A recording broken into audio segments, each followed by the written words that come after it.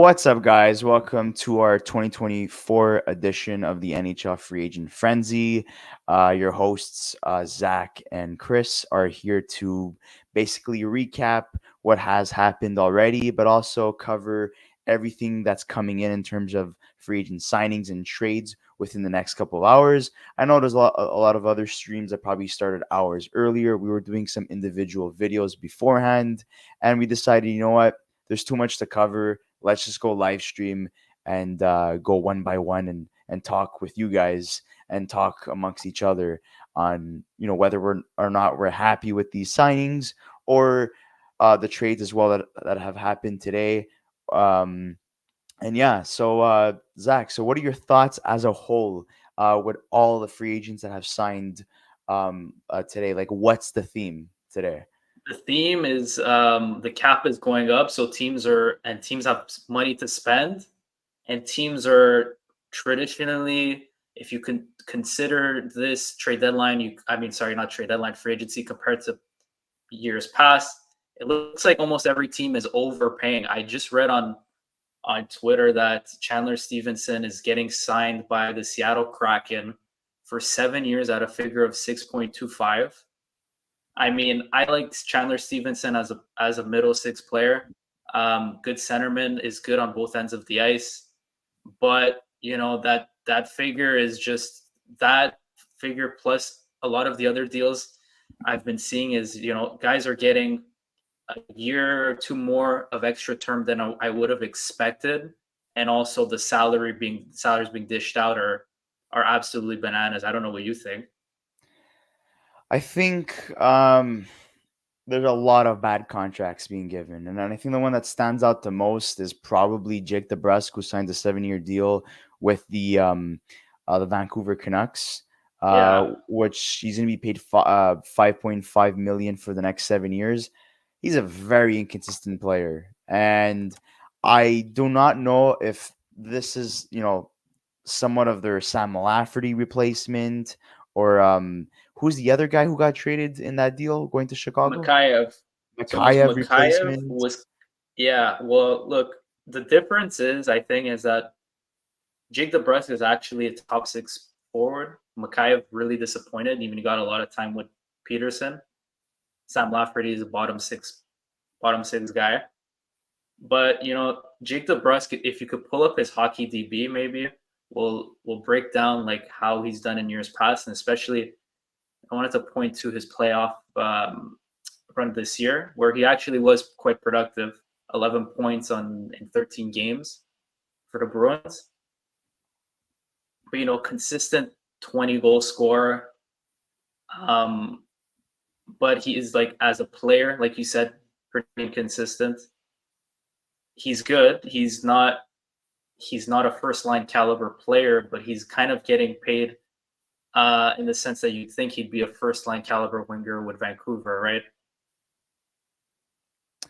Yeah, and I definitely do believe he will be given top 6 minutes power play opportunities as well, probably on the second power play unit. I think they're pretty much set up with their main guys on the first power play unit, but I'm just not too crazy with the term. Maybe the salary is fine, but if it would have been a short term deal, that would have made a lot more sense. But um, I just don't like it for Vancouver. This is a team that should have brought back Zadorov, but unfortunately didn't, and he went to the Boston Bruins Yeah, alongside another Vancouver addition at the Elias deadline, Lindholm. Yeah, Elias Lindholm. So they're gonna go together from Vancouver to Boston, and I think Boston fits a very important need, and that's the center position. They did not have a first line center all season long, ever since Krejci and um, Bergeron retired. Bergeron retired. They never really had that. So did it really hurt them in the playoffs? Well, yeah, they weren't their face-off percentage it wasn't the greatest, and they were losing a lot of key face-offs in their own zone, and led to a lot of scoring chances for their opposing team. So, and sometimes it even went in and it cost them some games. So I do believe that They fit a need in terms of of a top six center.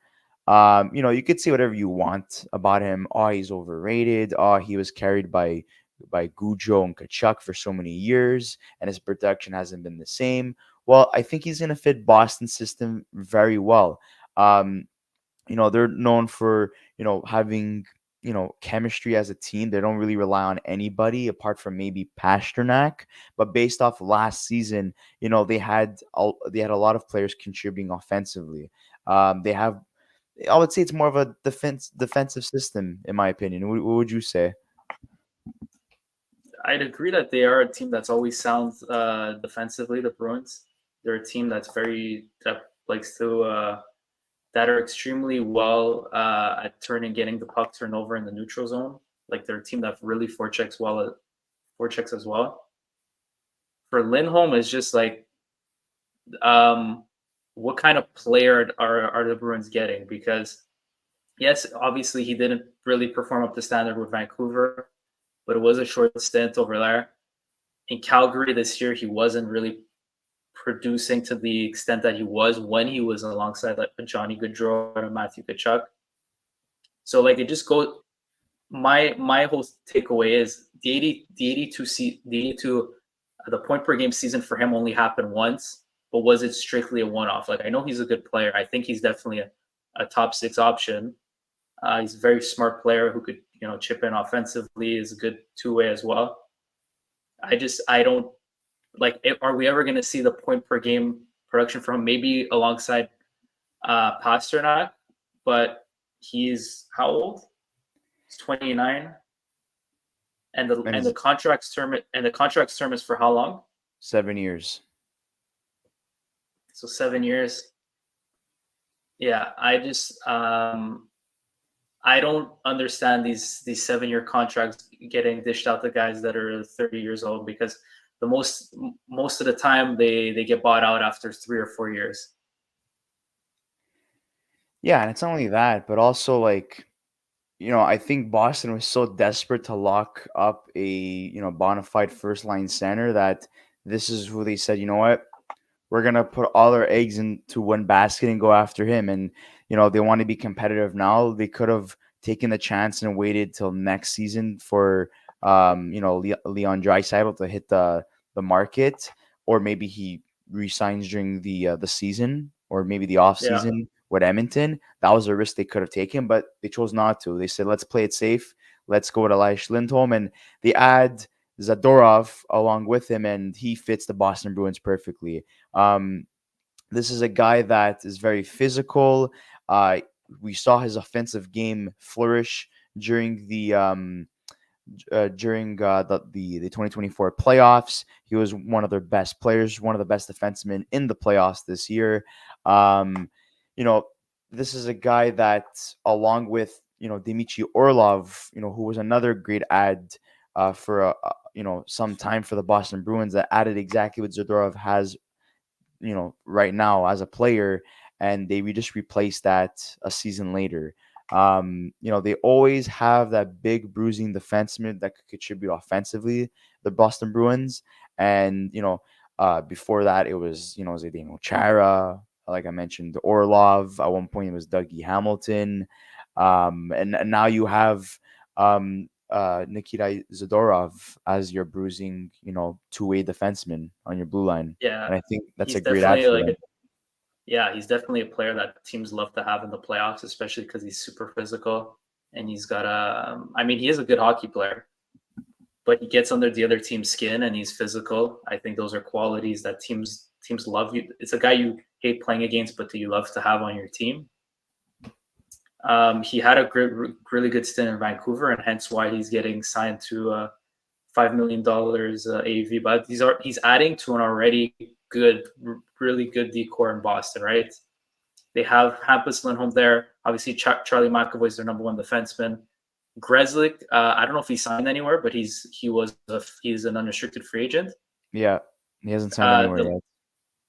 there was Lori, who was really good in the playoffs, who really started shining like halfway through the playoffs, like maybe starting with the series in Florida. And adding a guy like Zadorov is they're gonna have a really well-rounded top six defenseman group. I feel if we could And actually go. So you're on the Twitter boards right now. yeah, Okay, yeah, and just looking at some of the contracts given today, horrendous. And this is one of them. Chandler Stevenson. He's currently 30 years old. He got signed to a 7-year contract at 6.3 million. What are they thinking? I know like they're desperate for like, like elite like talent, in the Seattle Kraken, but is yeah. this It's not really elite the at all. route? Is this really the route they want to go? Like Chandler Stevenson was a very serviceable and uh, you know, top six center with the Vegas Golden Knights. But when we have Jack Eichel and Thomas Hurdle in the mix, it pushes Takes out the pressure guys off. like Yeah, Stevenson, right? And this is a guy that came from Washington to Vegas, and there was no expectations, and it was a bad deal for Washington. Chandler Stevenson wins a Stanley Cup with the Vegas Golden Knights. 2 seasons ago, and he was a guy that he was almost a point per game, at certain points. This is a guy that was contributing um way more offensively than he did with the Washington Capitals. And looking back at it, Washington could have used a guy like this. No, after Nicholas Backstrom, was forced into I guess seclusion, you yeah, could well, say, since his yeah. Well, like injuries he's caught not up. And officially retired, but yeah, he's probably gonna retire, right? and Evgeny Kuznetsov with all his problems, Chandler Stevenson could have taken over with those two out of the mix in the top six, but that was not the case. And he flourished with Vegas, really built a name up for himself. And I think this contract is not for what he's going to do; it's for what he's done already. And Unfortunately, yeah. and $6.3 million for Chandler Stevenson, I think that's way too much. He wasn't the greatest this season, compared to previous seasons with the Vegas Golden Knights, and I think this is a bad deal. And there's some teams that have been very quiet, like the Montreal Canadiens, and I think it's a smart choice to do so, because you have another bad contract in Joel Edmondson, 4 million. 4 years, 3.8 million to the LA Where did he Kings. go? Wow. Like, what are they Wow. thinking? Some of these teams, like, I So, really don't so Edmondson understand. was a guy that bas- basically, once he left Montreal, everybody thought he was finished, and then he got traded to Toronto at the deadline. I guess he had like a good half a season, and now somehow he merits a 4-year contract. I just this is I'm gonna just say how it is. I think at least half the NHL GMs don't know what the hell they're doing. They approach You this know, free agency window and they dish out contracts without thinking too hard about it. it's like, oh, great, the salary cap has increased this year. That means we could spend more money on old guys that are one injury away from never playing again, and that's Joel Edmondson. He was struggling Literally. so much to be healthy with the Montreal Canadiens, and that when he went to the Washington Capitals, he still dealt with injury problems. And Toronto ends up getting him, for I guess fair value. And then now he's being overpaid by the LA Kings. Like, I'm not a fan of what LA's doing. I'm not a fan of what Seattle's doing. Nashville, on the other Yeah, hand, is a team that we should be talking about for most of this yeah. video. We'll get to them in a second. For Seattle, like I look at the forwards they have signed for next season. Let me just like name drop a little bit. So obviously Chandler Stevenson, Andre Burakovsky, Jaden Schwartz, Oliver Borkstrand, Yanni Gord, Jared McCann, Jordan Eberle, Brandon Tanev, Matty Beniers is a free agent. There's like who's their guy? Like it's a bunch of mid all over the place. And like that fair that worked for them 2 years ago, their inaugural season when I believe they made the playoffs. But the teams in their division are getting much better, and a team like Seattle is just they're not in a place to compete, and they keep making they keep signing these complimentary forwards to big contracts. I don't know what the long term vision really is for them. I know they have some good prospects at D, but at their team overall right now is even with the signings is I don't think is a team that's gonna make the playoffs in the West. Even with signing Montour, I don't think they're gonna make the playoffs in the West. See, that Montour is probably their only good move at this point in time. And just taking a look at his contract here, where can we find it?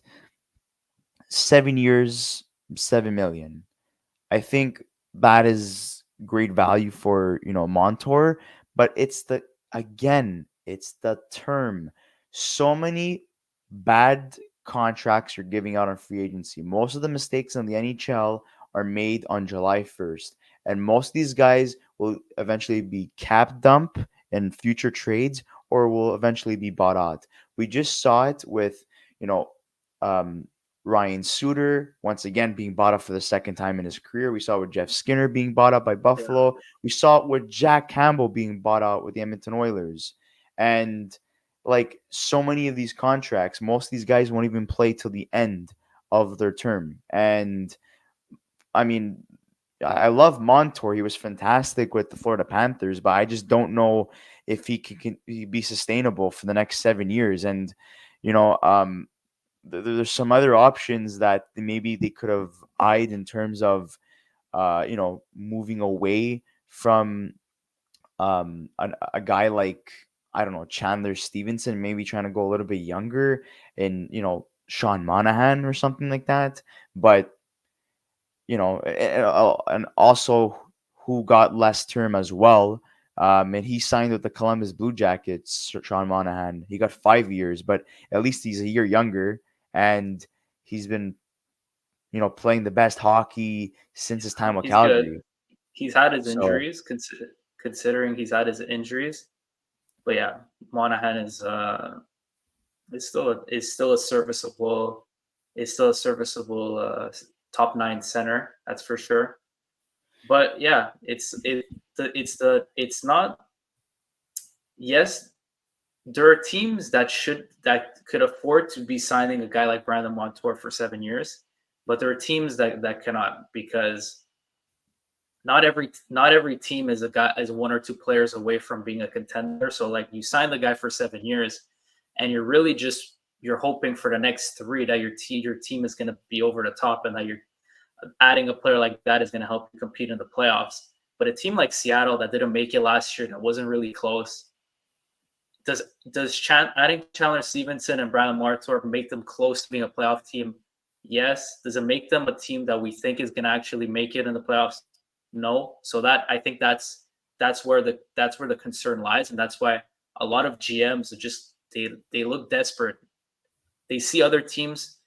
It always takes right. It takes one team to start the spending spree, and then every other team is going to follow. Every other GM is reactionary, and if one team is going to set market value on a player, then all the other moves at that position are going to kind of follow that, right?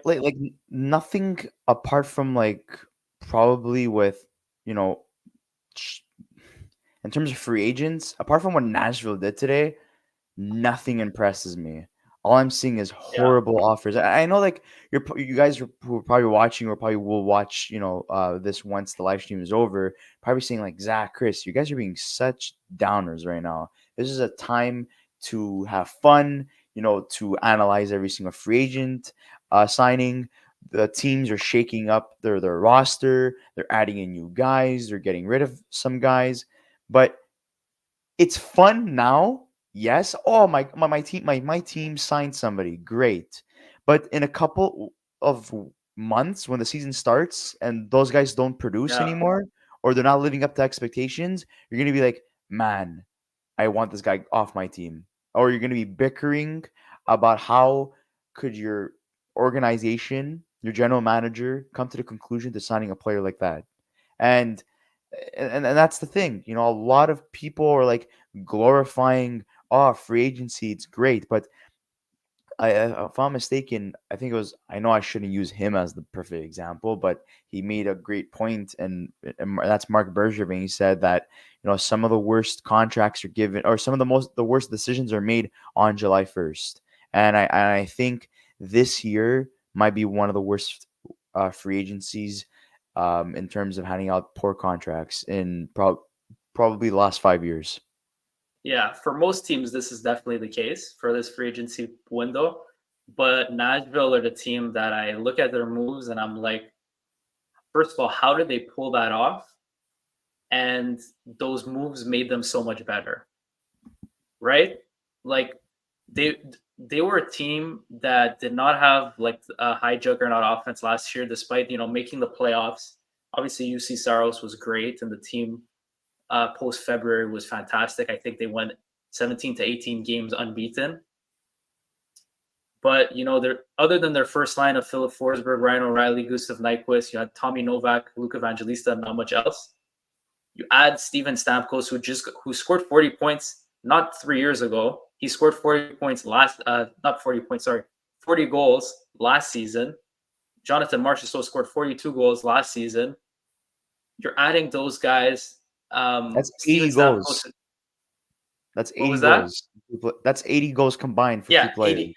That's at 80 goals. And Marchessault, you're getting him for 5.5. Compared to other deals I've seen, especially since this guy won the Conn Smythe 2 years ago and is still highly productive, 5.5 for Marchessault is actually underpay.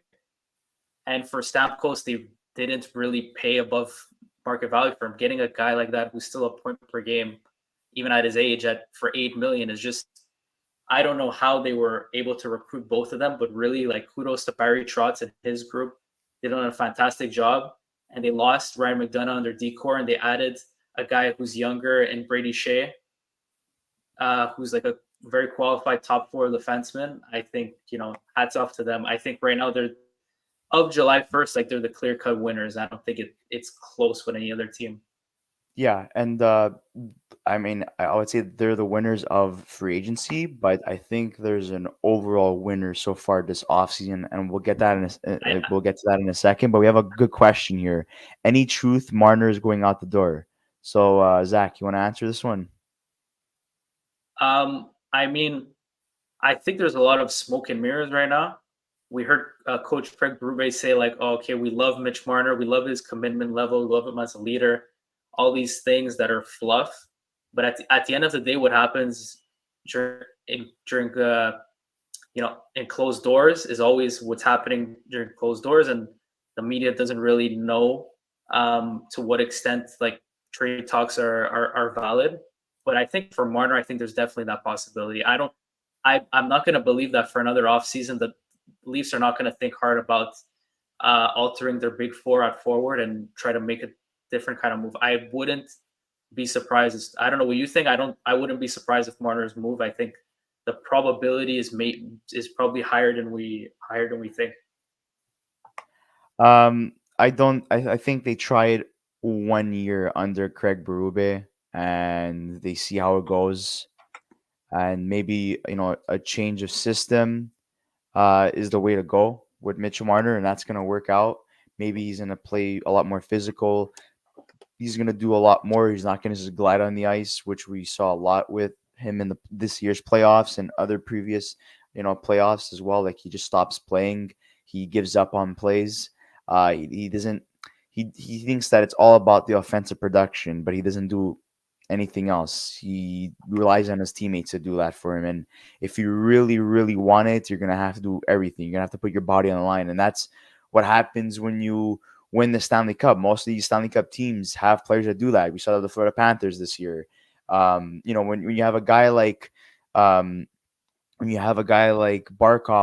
blocking shots, who's an offensive juggernaut and one of the best two-way centers in the league, putting his body on the line for his team, that's when he really wants it. Yeah, that's what you realize what wins in the playoffs. That's for sure. I wanted to add that 5 minutes ago, Frank Saravelli says that it's reported that the Vegas Golden Knights are poking around on Mitch Marner. Okay, So so that could be interesting. I don't know what cap space this move could happen. There'd probably be a lot of moving parts involved, but yes, that just came out literally 5 minutes ago. yeah, and honestly, like I wouldn't be surprised it's Vegas. Why? Because the Vegas Golden Knights just lost out on Steven Stamkos. They just lost Jonathan Marchessault. They lost a couple of good pieces, during this offseason.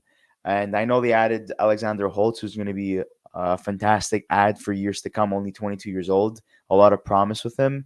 They have Thomas Hurdle, who's going to start the season with Vegas, that they added at the deadline. But I feel like they still need to add a couple of pieces here. I don't think Mark Stone is sustainable anymore. I think he's plagued with too many injuries and he's failed to play a full season the last couple of years. Um, I wouldn't even be surprised if they move that guy.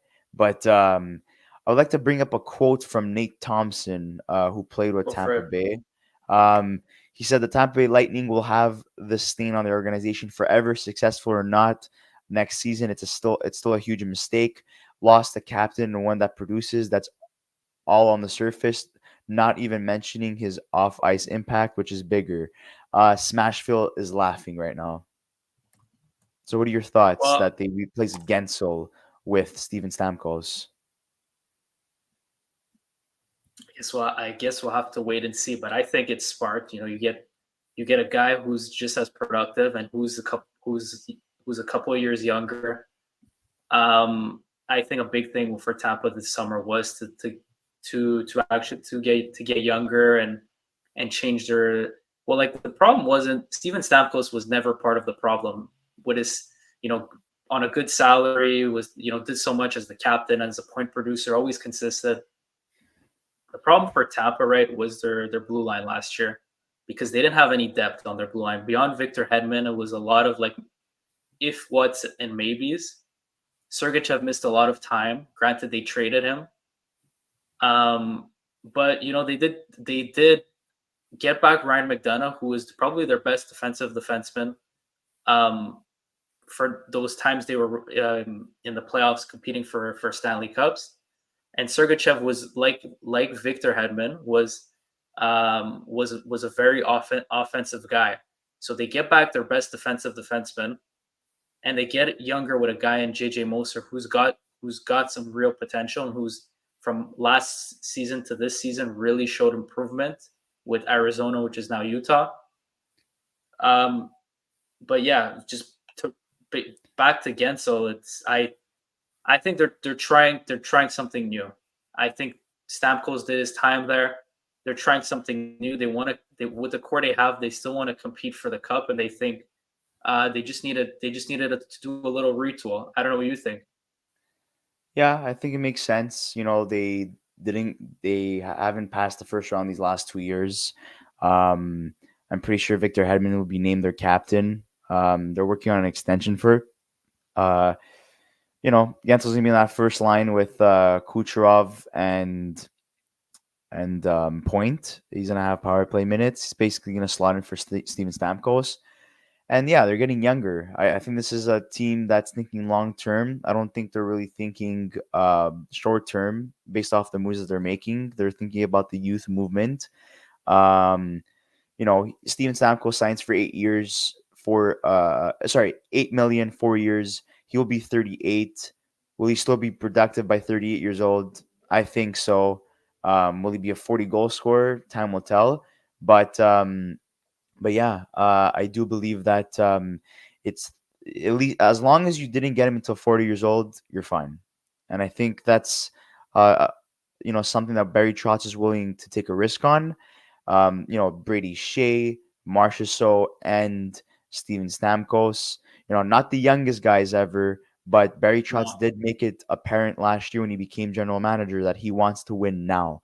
And the Nashville Predators sneaked into a playoff spot in when everyone had them as a bottom feeder this season, and with all the drama surrounding Saros potentially being traded and this and that, like none of that happened. They actually signed Saros to a long-term Yeah, contract.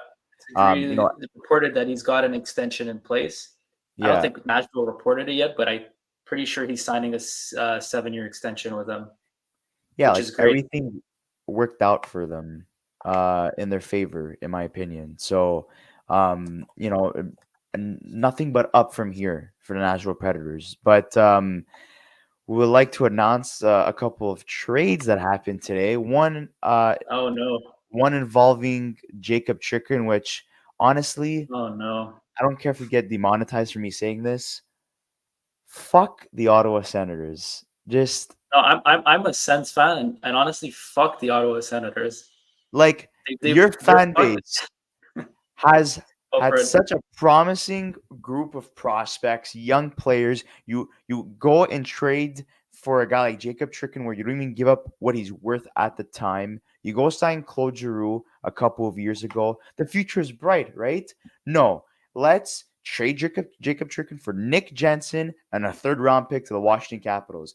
Washington this year are by far the biggest winners of the offseason. I don't care about Pierre-Luc Dubois' character. I don't care about his contract. That guy has the potential to be a top Yeah, like center in the league. He's young still, and I know he's been moved around a lot. But I think playing with Alexander I mean, he's done it Ovechkin, before. yeah, playing with Alexander Ovechkin is definitely going to change, his outlook. And I don't think him playing in Columbus and Winnipeg really interested him. I was shocked that it didn't work in LA because with all those great players like Kopitar and Drew Doughty, you would think that he would want to play for something, and it seems like he played his worst hockey yet. And he didn't even last the season, and he gets traded for Darcy Kemper. Yeah, But okay, but let me Washington, defend the guy. Let yeah, me defend PLD. They didn't really give him a role in LA. He wasn't getting like, oh my god, the top special units. He was kind of not. He was never got a chance at the top line. Yes, he was. There seems to be there was a lack of effort for him at times, but he was also signed to a long term contract. Was net they signed him to a long term contract, thinking, okay, well, Kopitar is going to retire in 2 years, and this guy is going to be the eventual replacement. They never gave him a role within the team to really flourish. And even, just not even a year into that contract, they're already getting rid of the guy. Like, how do you stitch out a contract saying like, okay, he's going to be our future, and then you give up on him after one bad season? From LA's perspective, it just to me that just doesn't make any sense. Washington got a complete steal with that one, and as much as they're getting a steal in this Chicker move, because I'm a Sens fan, so I could say it as much as you could say it. Steve Staios looks like an idiot right now. I mean, there was no. I would have just rather seen Jacob Chicker live the last year, play the last year of his contract, then lose it for nothing. And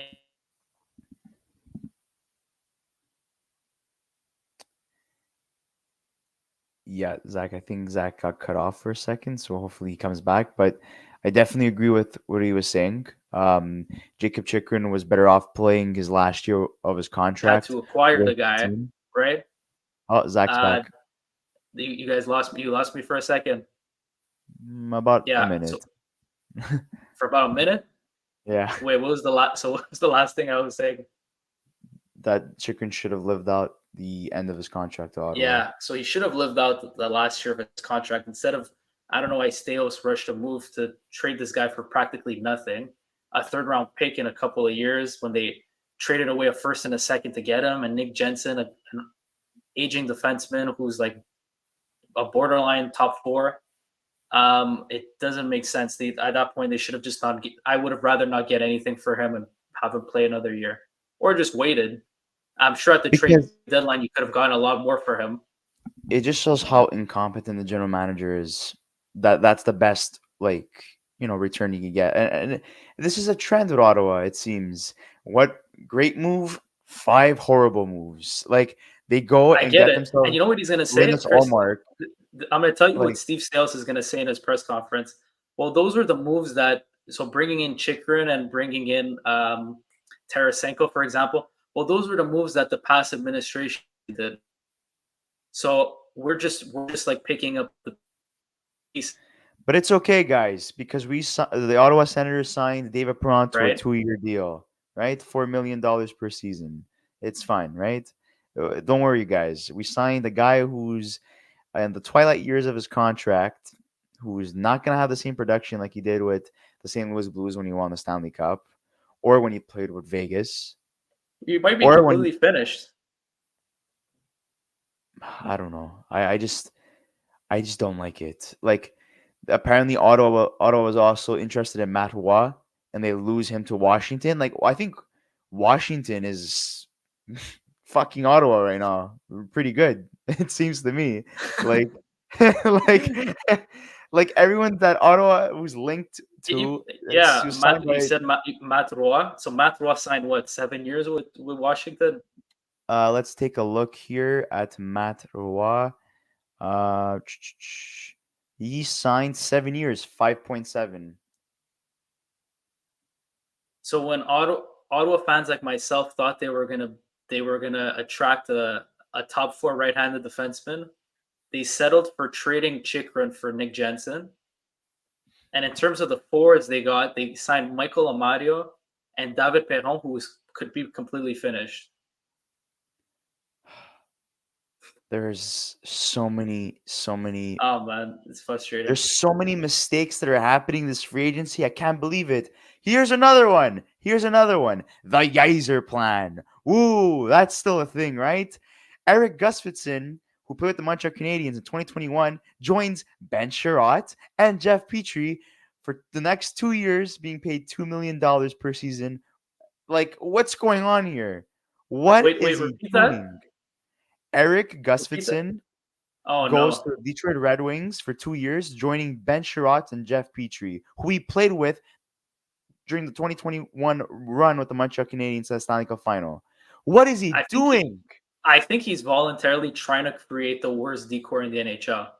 They're all offensively minded, and at this point, what offense do they have left to offer? I know Gus Fitzen had a little window when Adam Fox was injured on the power play, where he was getting a point per game for like I think like a 10 game stretch at one point. But like apart from that, like he's not great defensively. Like what's going on with Steve No, Yzerman? he's not good. Like he's not even like average defensively. Like Eric Gustafsson is strictly a power play specialist. I mean, they clearly had other needs on their blue line. You have a guy like Jeff Petrie who's almost finished. Justin Holl wasn't great his first year over there. Oli Mata is overpaid at this point. Ben Sherrod right now is their top earning defenseman. Like, what the hell are they doing? Like, honestly, It's they have all their decor minus Moritz Seider is all over 30. They got rid of arguably their second best defenseman in Jake Wallman. And the year prior, they got rid of Hronek, who was arguably their second best defenseman then. It's like they're progressively just trying to get worse on their blue line. It doesn't make their moves I just I don't make sense to me. I don't get it. Yeah, and like Detroit is just they don't know how to build a good defensive system. It seems they just go on pure offense, and guess what? There is no Iser plan. The Iser plan is signing mid to shit level veterans. That's the Iser plan, and You bringing know what? back Patrick Kane for I don't know what reason. Patrick Kane, if I was him, I would have signed anywhere else. I think Detroit will miss the playoffs again. There is like your answer to upgrading your goaltending situation is Maxim. Sorry, not Maxim. Is Cam Talbot. Oh shit! I didn't even know they That's what signed they them. That's signed today. crazy. You have Billy Huso, who's a fringe That's starting crazy. goaltender, and your answer is Cam Talbot. When you have Sebastian Koza in the system, those are your two guys you're rolling with next season. Detroit fans, I pray for you. Ottawa fans, I pray for you. You know, there's another fan base I pray for in the Atlantic? The Toronto Maple Leafs, signing OEL and Chris Tanev for more years than they're supposed to. These guys are in the twilight years of their contract. He's going to be 40 years old, Tanev, when he's done. I'm sorry. This is like the most unhinged That's if podcast I've ever done. That's if he doesn't This is retire. That's if he ridiculous. doesn't retire before. Like, That's if Tanev doesn't retire before. Like I great, OEL won the cup, but like apart from him taking on offensive, responsibilities when Ekblad and Montour were injured at the start of the season, what else did he do that was so great? He got bought out by Vancouver a season ago, and now you want to know how much he's being paid? 3.5. A little bit more. But they made the same mistake last year. They signed John Klingberg, right, as a free agent. Yeah, and he at least was 1 year, but he didn't even play a full season. He was injured the whole year.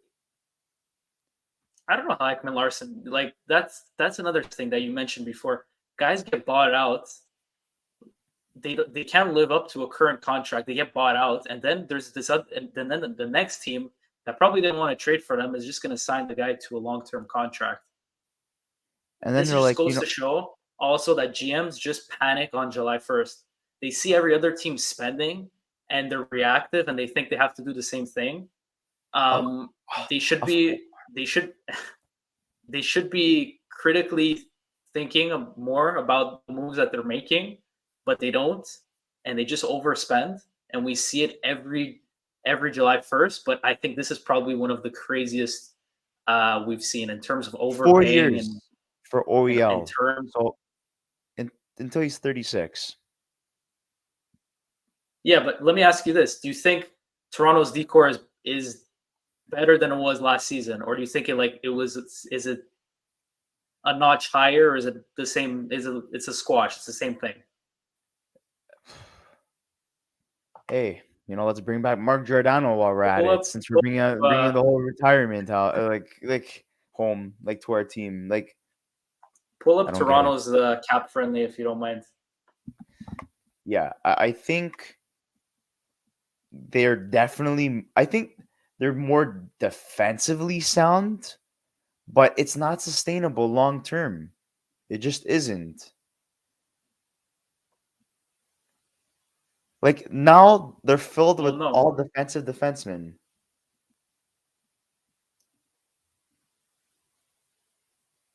Like look at this. Are you taking a look at Well, this? other than Ekman Larson, who they brought in to be an offensive guy, probably going to be on their second power play. You know, Tanev is a defensive guy, obviously. McCabe is a defensive guy. Liljegren too.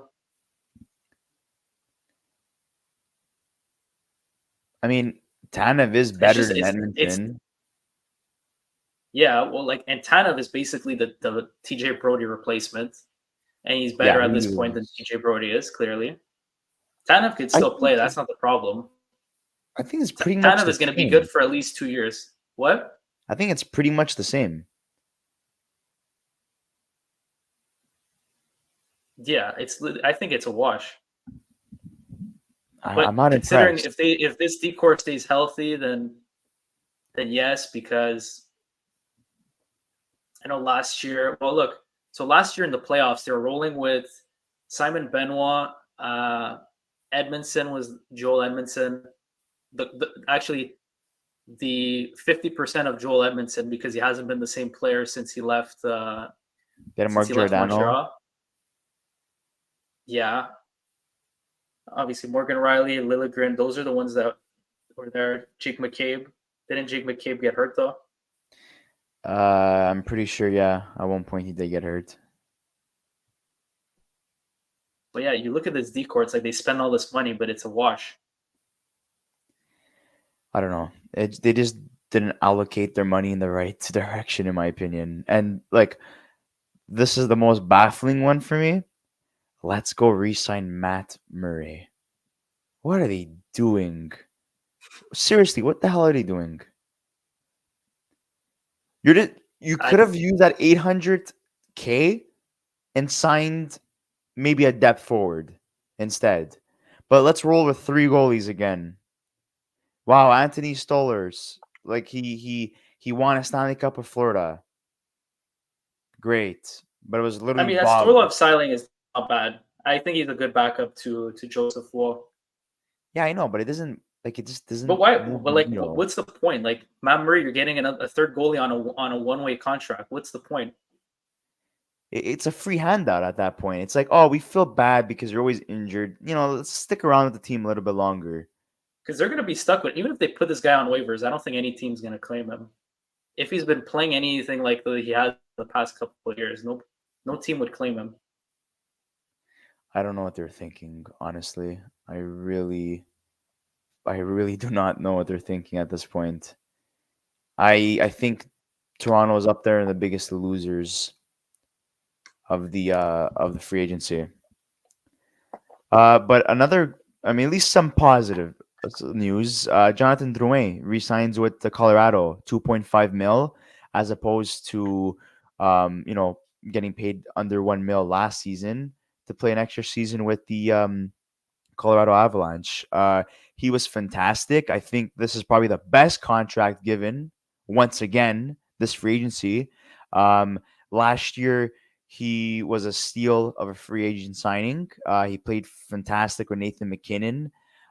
He was one of their best players, even in the playoffs when he came back from injury. He was very productive in that second round, even though they got eliminated.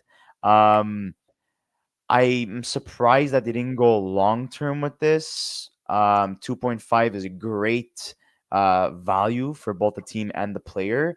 And I'm really happy that he's back. You know, I think he's finally found the fit. I think it would have been very dumb for him to sign elsewhere. I know the Boston Bruins and the New York Rangers are interested in Drouin, but I think both the team and the player make the right call here. Yeah, I think it's a good fit. It was a good fit for him this year. He fits well in that system. He could play with high end skill. He's fast. He's got good hands.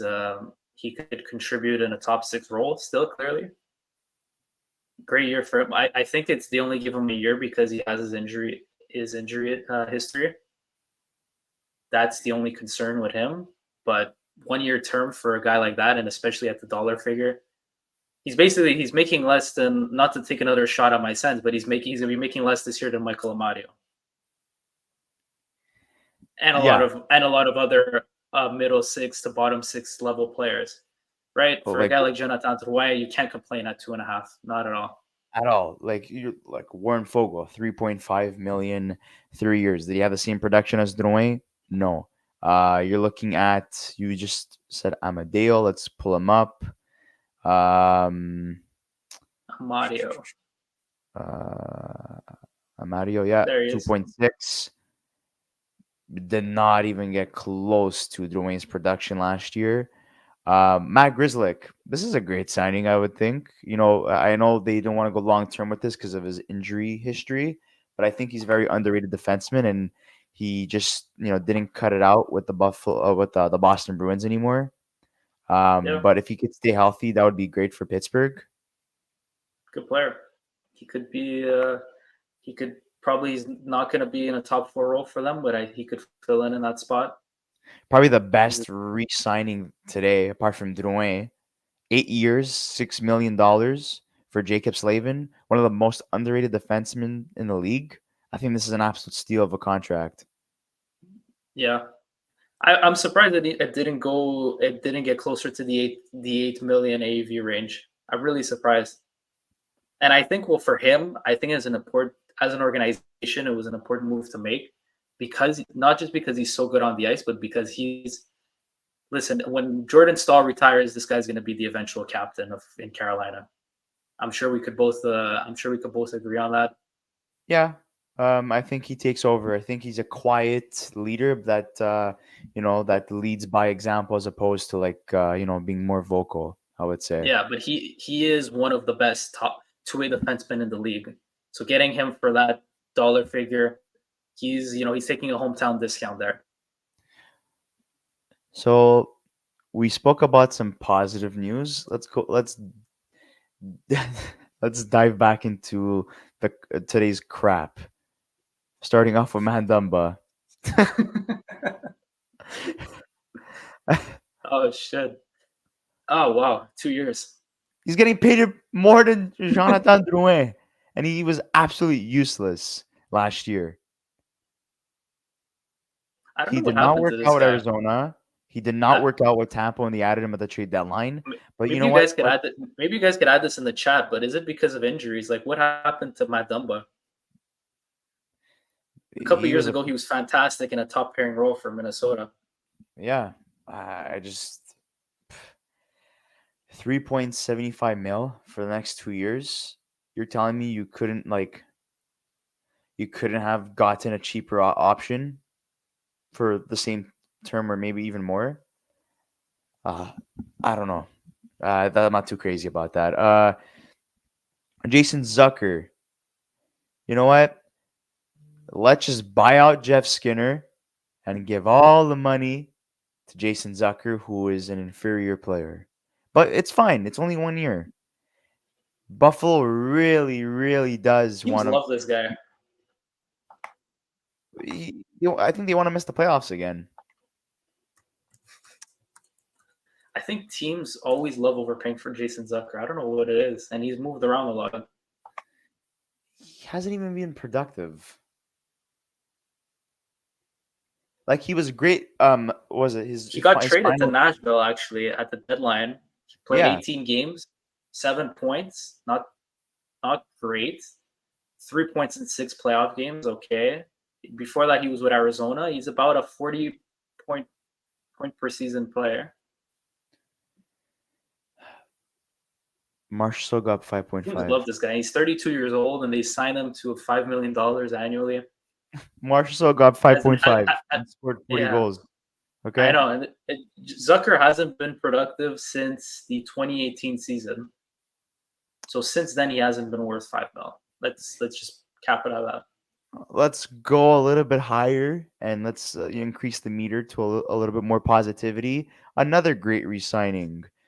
1 year, Matt Duchene, $3 million, returns to the Dallas Stars, who was a fantastic signing as well last year. Yeah, So the two, I would say, like low risk, high reward signings from last year, both resign this year to low risk, high reward contracts once again. So, I think that's fantastic for both the team and the player. They both found the fit, and I hope both Drouin and Duchesne eventually convince their teams to sign a little bit longer. Maybe look for a better extension. Let's see what we haven't covered already. Let's see. Okay, a little depth. Signing here. So Utah gets Utah. Stenland. Wow. Okay, I didn't see this one before. He's on the Laurent move again. Brossoit. Brossois. It seems like he's going to be a backup goalie to Mrazek. 3.3. Won a Stanley Cup. He's going to play the next 2 years in Chicago. Let's talk about Chicago for a second. What do you Let's do think it. of their moves this year so Great. far? This offseason, great. So they Like add Bertuzzi. they keep stockpiling draft picks. They got some in the Mikheyev Sam Lafferty deal. They got like a second round pick back. Um, I covered this in our video earlier, but actually after making the Bertuzzi move this morning, they actually they eclipsed the cap floor. So now they're cap compliant going into next season. So that's good for them, right? They add more complementary pieces that could actually play with Connor Bedard. They've got Teravainen and Bertuzzi. Two contracts that as a rebuilding team you're not going to really complain about. I think they did moves like even with this move, getting Laurent Brossois as their backup. They're moves that, right? Like they don't want to win. They won 19 games last year. I think people understand the rebuilding, but I think you want to always take a step forward. The fact that they improved their team, I think, is good. They're going to help their culture. That group built some confidence. I don't think with the moves that Cal Davidson has made this offseason, I don't think he could go wrong anywhere. Yeah. He's adding a lot It's like of. he's signing these guys to contracts with the cap space that he has, and he could either keep them or flip them. But in the process of all these moves, he's either gotten the better draft pick or not have to give any at all, right? He brings back Teuvo Teravainen, who won a Stanley Cup with them and worked out with them for so many years. Then moved to Carolina, where he was injury prone for most of his time there, but he was still somewhat productive and had his moments. Um, Alec Martinez. I'll probably say I don't know. I would say maybe he's done after this. He's been dealing with a lot of injuries these last a couple of years. $4 million. Okay, and a Infamous lot. for eliminating Chicago in the 2014 Stanley Cup playoffs in Yeah, that Game 7, right? it just seems to me that like they don't mind overspending for some vets. Like they're gonna throw money at these guys and they're just gonna be happy with it. And like everyone complained with Nick Foligno's contract, but like you said, they have to respect the cap floor. And I don't think, as of right now, Chicago in their current situation, they're an attractive team to play for. Apart from Connor Bedard and and Lushunov that they just got with their second overall pick, there's nothing really exciting in Chicago. This is going to be another bottom feeding team this season, and sure, They might you might have a they guy like might Frank. actually. I'm gonna get a lot of hate for this, but they might actually have the same record as the Red Wings this year. Okay, I think that the hates extend a little bit too much. But, Taylor Hall is going to come back from injury, so that's another great ad for them. Um, Another guy they signed was Craig Smith. Man, they just love signing guys over the age of 32 years old today, apart from Tivo Teravainen. So, and how, yeah, and Bertuzzi too is young. Okay. So, I mean, primarily older guys, but it's fine. Um, this is the tree that we spoke about before. I'm gonna remove this before Zach has a panic attack. The Cam Talbot, this is what we covered before in terms of Detroit making such an improvement to their goaltending situation. Sarcasm there. Connor Brown, I think this is great value for him. I think the reason why he saves himself is because of his playoff The playoffs, performance. yeah, absolutely. Um, Sabres get Sam Lafferty. I think this is a fair contract in terms of what they get in the player. Really not impressed with Buffalo either, to be honest with you. I would have just kept Jeff Skinner at this point instead of giving them $7 million to Sam Lafferty and Jason Zucker. I don't really see the improvement there. I think they downgraded. Yeah, and they We still have to spoke. pay Jeff Skinner, so they have. I'm gonna give you the exact figure now. I'm under cap friendly. So Jeff Skinner, they're still gonna this year they're paying him 1.5, but for the in next season, the season after is 4.5. Then it goes up to 6.5. They still owe this guy a lot of money for at least the next 6 years. That's insane.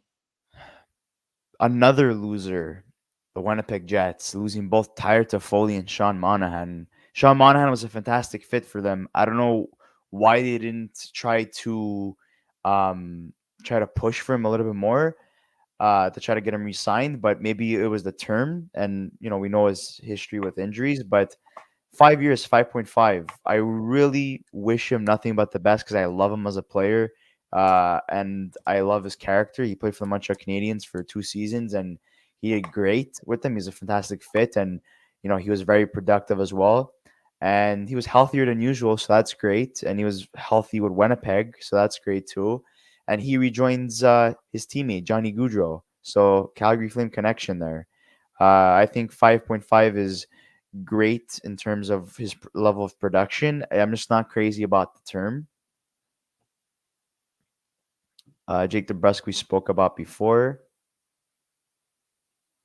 David Perron we spoke about before. Zadorov we spoke about before. Jake Genso we spoke about before. Victor This is Arvidsson. Victor This is a Arvidsson gets very 2 years. underrated signing in my opinion. He's injury prone. I don't think he's played a full season in quite See, some that's time. the thing I was gonna say.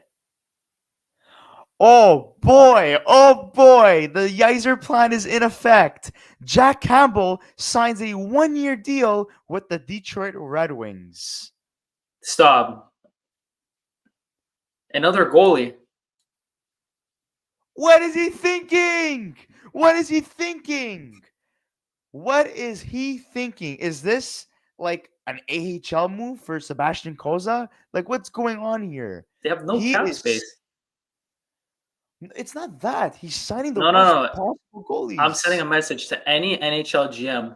Go offer sheet Lucas Raymond right now and see if and test the waters and see if Detroit can match it because they're just dishing out money that they're probably not going to have anymore. I That's think, crazy. So they have 4 goalies on one-way contracts going into next season.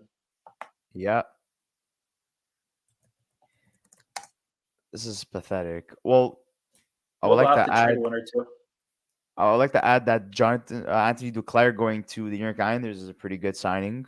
I think for 3.5 million, 4 years, still young, and they lack like scoring. So you add Duclair.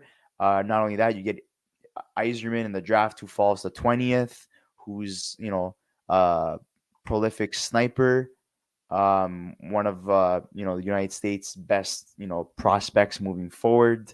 So I mean that's great for the Islanders. I think the Islanders have been quietly having a very good offseason. Steady Lou Lamoriello.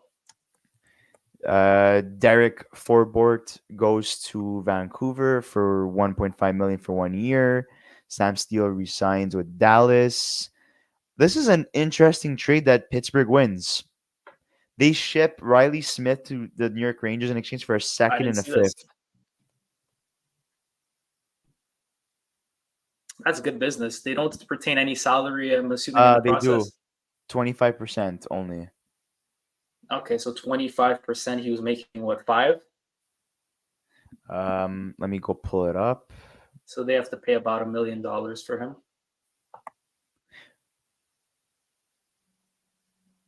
As I'm looking for Riley Smith, where is he? Maybe I can find this. New York Rangers, another quiet team today in free agency, apart from Sam Carrick, which that's not anything special. Um, Riley Smith is being paid currently 3.75 mil with the 25% retention from Pittsburgh. Okay. That's pretty good. Um, I'd like to add that Jonathan Marchessault did have the Canadians as a second option behind the Nashville Predators. Apparently, the Canadians offered him a contract. Talks went well, but it seems to me that he wanted to go play in Nashville at Stamkos. He, I guess, I mean, there's no surprise where Nashville is a more competitive team than Montreal Canadiens. Nashville, I think, at this point, they're going to be a favorite to make the playoffs easily this year. And you want probably win another Stanley Cup. You want to be as competitive as possible. You want to see some playoffs um, in the twilight years of your career. He's past the age of 34 years old. So, um, it makes sense for him to go to a contender as opposed to a rebuilding team that is closely becoming a wild card team in the Atlantic or in the East, I would say, especially with all these bad moves from many of these Atlantic teams. Um, I'll say it right now. I think the Canadians finish above the Buffalo Sabres and Detroit Red Wings and the Ottawa Senators this year. Wow. Uh, yeah, That's a hot take. I don't think I could agree with you on that one. As much as it's been depressed following, other than the Linus Ullmark trade, it's been depressed following the July 1st as a Sens fan. Despite the moves they're making, I still think the moves make them an improvement, especially with add on Linus Ullmark over what they were last year. I don't think that the Habs are at that stage yet. Even with a team like Buffalo, I think Buffalo, if they could get their goaltending right, are still have a roster that's more ready to compete than the Habs. I would say. we'll see. We said that about Buffalo 2 seasons ago when they were on the cusp of making the playoffs, and they're like, you know what? Next season they're going to be they're going to be a wild card spot guaranteed, and they Well, it doesn't completely mean it. fumbled the bag. Well, it doesn't mean like okay. Well, they could miss. Buffalo could miss the playoffs, but I don't think the Habs are going to have a better record than them. I think the Habs still have ways to go. I think they have a lot of promise with all the young guys that are going to be regulars. I There's a still lot of think they have ways upside. to go. There's a Do lot you of think they're upside. gonna? Do you think they'll sign a forward, a good forward as a free agent? No, I have an interesting take actually. There's been a lot of chatter today that the Canadians are like very, very like close to acquiring Patrick Laine. Oh wow, And I mean, if you're gonna take on a bad contract, quote unquote, you're gonna have to give one, right? And Josh I already have Anderson. three guys on my mind right now that I'm thinking that could go to Columbus. Josh One of them Anderson. is Josh Anderson, which would be my top candidate since he played his best years with the Columbus Blue Jackets and is familiar with their system there. And they look like they want to be competitive this year. And you have a connection with Deshaun Monahan who just signed today. Um, what else do you have going on there? Patrick Laney's values at an all-time low, and he wasn't traded at the draft. So, time is ticking. He's not gonna be a member of Columbus by the start of the season. The Canadians have uh $20 million in cap space, um, including, when considering, you know, Carey Price on LTIR this season. With him not be on LTIR, they have about $10 million in cap space. So it does make sense. Um, so yeah, I mean, I wouldn't be surprised there. And another trade that I do see happening, and if Steve Staios is smart, he'll get the right player in mind. And I think with Boston being the top contender for Shane Pinto, since Shane Pinto requested a trade out of Ottawa, I think the only way to make up for the disaster I of the think it's chicken trade is trading no. for Potras one on one. Mm, I think I think Pinto reportedly asking for a trade is just him trying to negotiate through the media. I don't think they're. Well, I mean, we've seen it all with the Sens, but I don't think they're that stupid to get rid of Shane Pinto. I think he's going to resign. I think he's going to resign for at least 4 years on a bridge. I'm very confident Pinto's going to resign.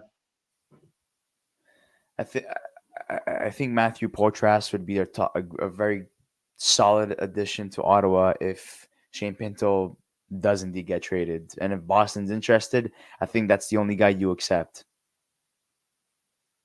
Yeah, I wouldn't be against it if that's the situation, but I think Ottawa is going to build around Shane Pinto as their number two center for years to come. He's also a guy that they drafted, so I don't I I I like the impact that Shane Pinto could have on the organization for years to come. I don't I see him as a part of the core, so I really wouldn't want him to be shipped out of town. Hopefully it's there's no validity to that, and he's going to resign this summer, and all is good, right? Unless he Yeah, unless he unless he misses more time for if he gambles again, but all should be good on that front. he was great when he came back. He was You know, he, productive. I have it here, 27 points in 41 games. He really thrived under Jacques Martin. Great two-way forward who's got scoring ability. Shane Pinto's a very quality NHLer who's only going to get better at 23 years of age.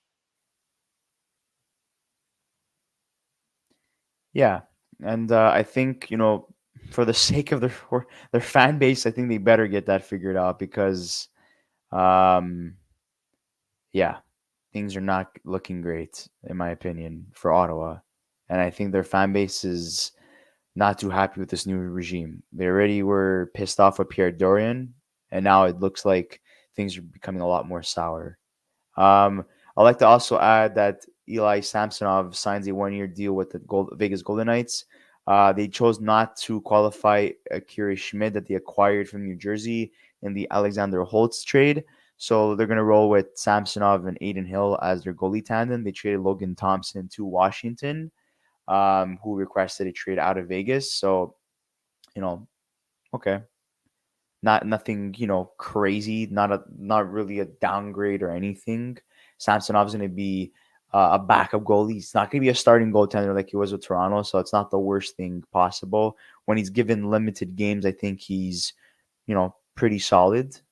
Um, what else would I like to add here? William Carrier leaves the Vegas Golden Knights, signs to Oh Carolina.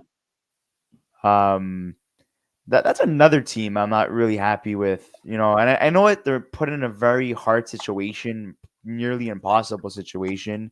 You lose Jay Gensel, the guy that was literally answer to all your problems. In terms of lacking a top line sniper, and you offer him exactly what he wants, and he rejects your offer. Um, I think that must have sucked for them, considering how well he fit in with their system, and he was like their best playoff performer, in my opinion.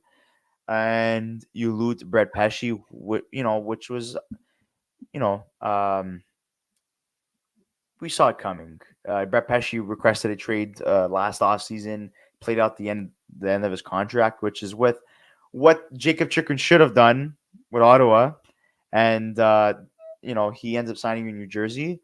And was there anything else that they lost? Hmm. Um, on their decor, it was Brady Shea and Chikrin. I mean, sorry, Brady Shea and Pesci. They re-signed Chatfield for 3 years. Obviously, Slavin just signed his extension. Brent Burns, Orlov are still have another year. Seth Jarvis and Martin Nikas are UFAs, and Martin Nikas is probably somebody who we thought was going to get traded at the draft for a first round pick and maybe a prospect or some sorts, but he's still yet to be traded. But I believe he's still on the trade block. Yeah, so they qualified him, or else he would have been a UFA today. But he's an RFA in Nikash. So, and you said Seth Jarvis is another RFA that was qualified. So, yeah, they better get Yeah, those guys locked, or else they're in big trouble. I but other than that, William Carrier signed for how many years? I think he signed at least 6 years. His contract now ends in 2029, 2030. let's take a look here. Oh, they also re-signed Jordan Martinook to 3-year contract. And Yeah, they signed Eric Robinson, depth forward, nothing special. Um, let's see. I do not know where he is here currently. Oh, right here. 6 years, 2 million. That's great value, actually. I think I like that a lot. In terms of out of all like the long-term contracts, $2 million is easily tradable. What do you yeah, think? and it's not that much of, even if you do buy him out after a couple of years, it doesn't have that much of an impact on your cap. Yeah, he's a 20-point guy. I think it's fair, I guess. And I guess he wanted long term, he wanted stability, and that's exactly what he gets. Um, Danton Heinen goes to Vancouver. That's a very sneaky move, in my opinion.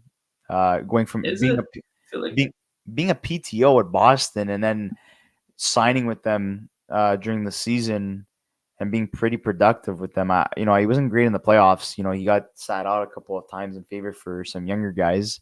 Um, I think this is a pretty good deal for Vancouver. He got 36 points last year. he's been moving around quite a bit. He didn't really work out for him in Pittsburgh. I think he struggled for consistency. Anaheim, it didn't work out. Boston, it worked out at the beginning until it didn't. It could work. Like it's a low risk, medium return kind of move. That's the way I see it, right? They signed him Yeah, to a low salary. He's proven that he could produce to a certain degree offensively. man, It'll be a good piece for their bottom six, I think. Washington's going for it this year. Brandon Duhaime, 2-year deal. That's great. They also get another underrated bottom six forward in uh, Taylor Radish. I don't know. I mean, I'm pretty impressed at them. And these guys are not old. They're both like under the age of 30 years old. And they're not signed on ludicrous deals either. Let me ask you this: do the Washington Capitals make the playoffs next year? Yes. I I, Yes, I they do. actually think so too. They improved in every single department that they lacked in. This is a better team on paper than they were last year. Their bottom six is better. Their top six is better. Their goaltending is better. And their defense is better. Well, look, their defense. I'm going to give them high praise because obviously they paid nothing for Jacob Chikrin, and regardless if he resigns or not, he's there for this 1 year. Jacob Chikrin is a top pairing defenseman. You already have John Carlson, who played a full year and he's still a top pairing defenseman. Matt Roy is very good. I don't even think 5.75 is an overpay for Matt Roy for what he does. You got Rasmus Sandin, uh, Ferrari, Trevor Van Riemsdyk. Like this is gonna be a really good decor. Like it just to me, 2 days ago, I thought, okay, well their decor still needs work, and they add Jacob Chikrin and Matt Roy, who absolutely solidify their decor. They added to their forward group. They got potentially a first line center in PLD. Logan Thompson is also going to be rotating with Charlie Lindgren, who was great last year. They're both great for their respective teams. I feels like every need that they had to get to turn into a legit contender with limited resources, somehow they've fucked every team that they've dealt with in the NHL. They fucked over LA. They got rid of a very mid Darcy Kemper on an expensive contract.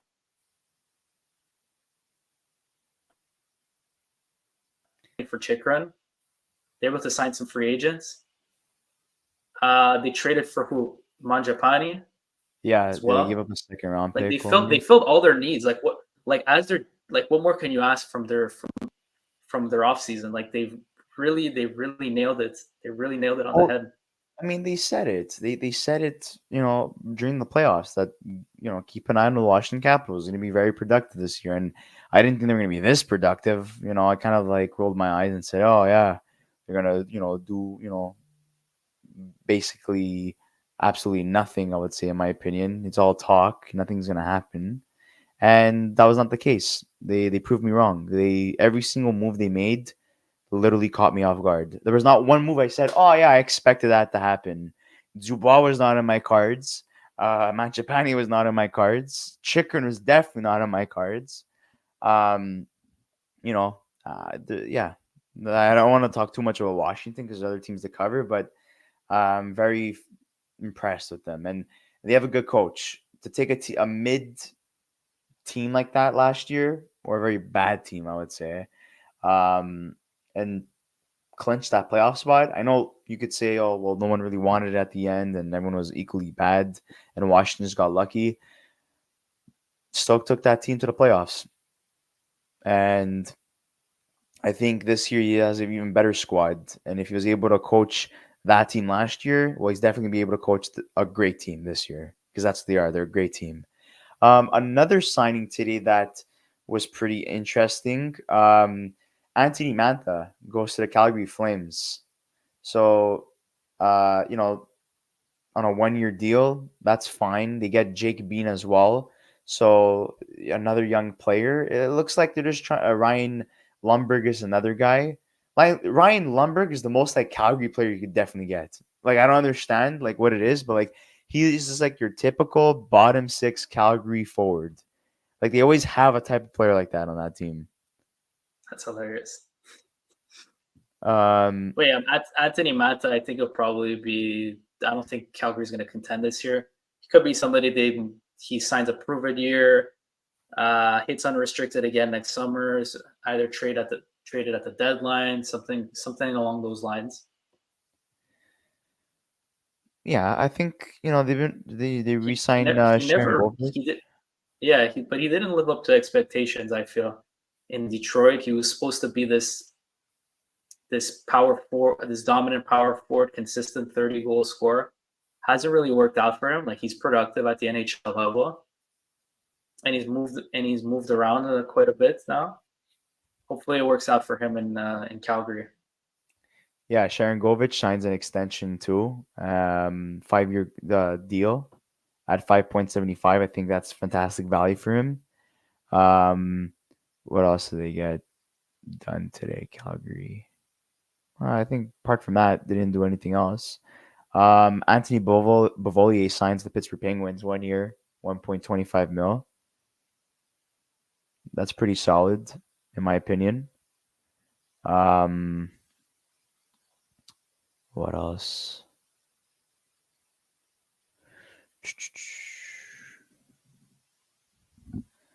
Um, it seems as if things are starting to slowly calm down.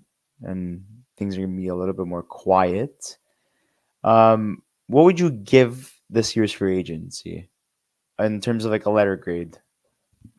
As a letter to teams or to just the whole The whole thing, contract, like in players going to like the teams that they signed with, um, the term as well, and I would also say the two trades that happened today.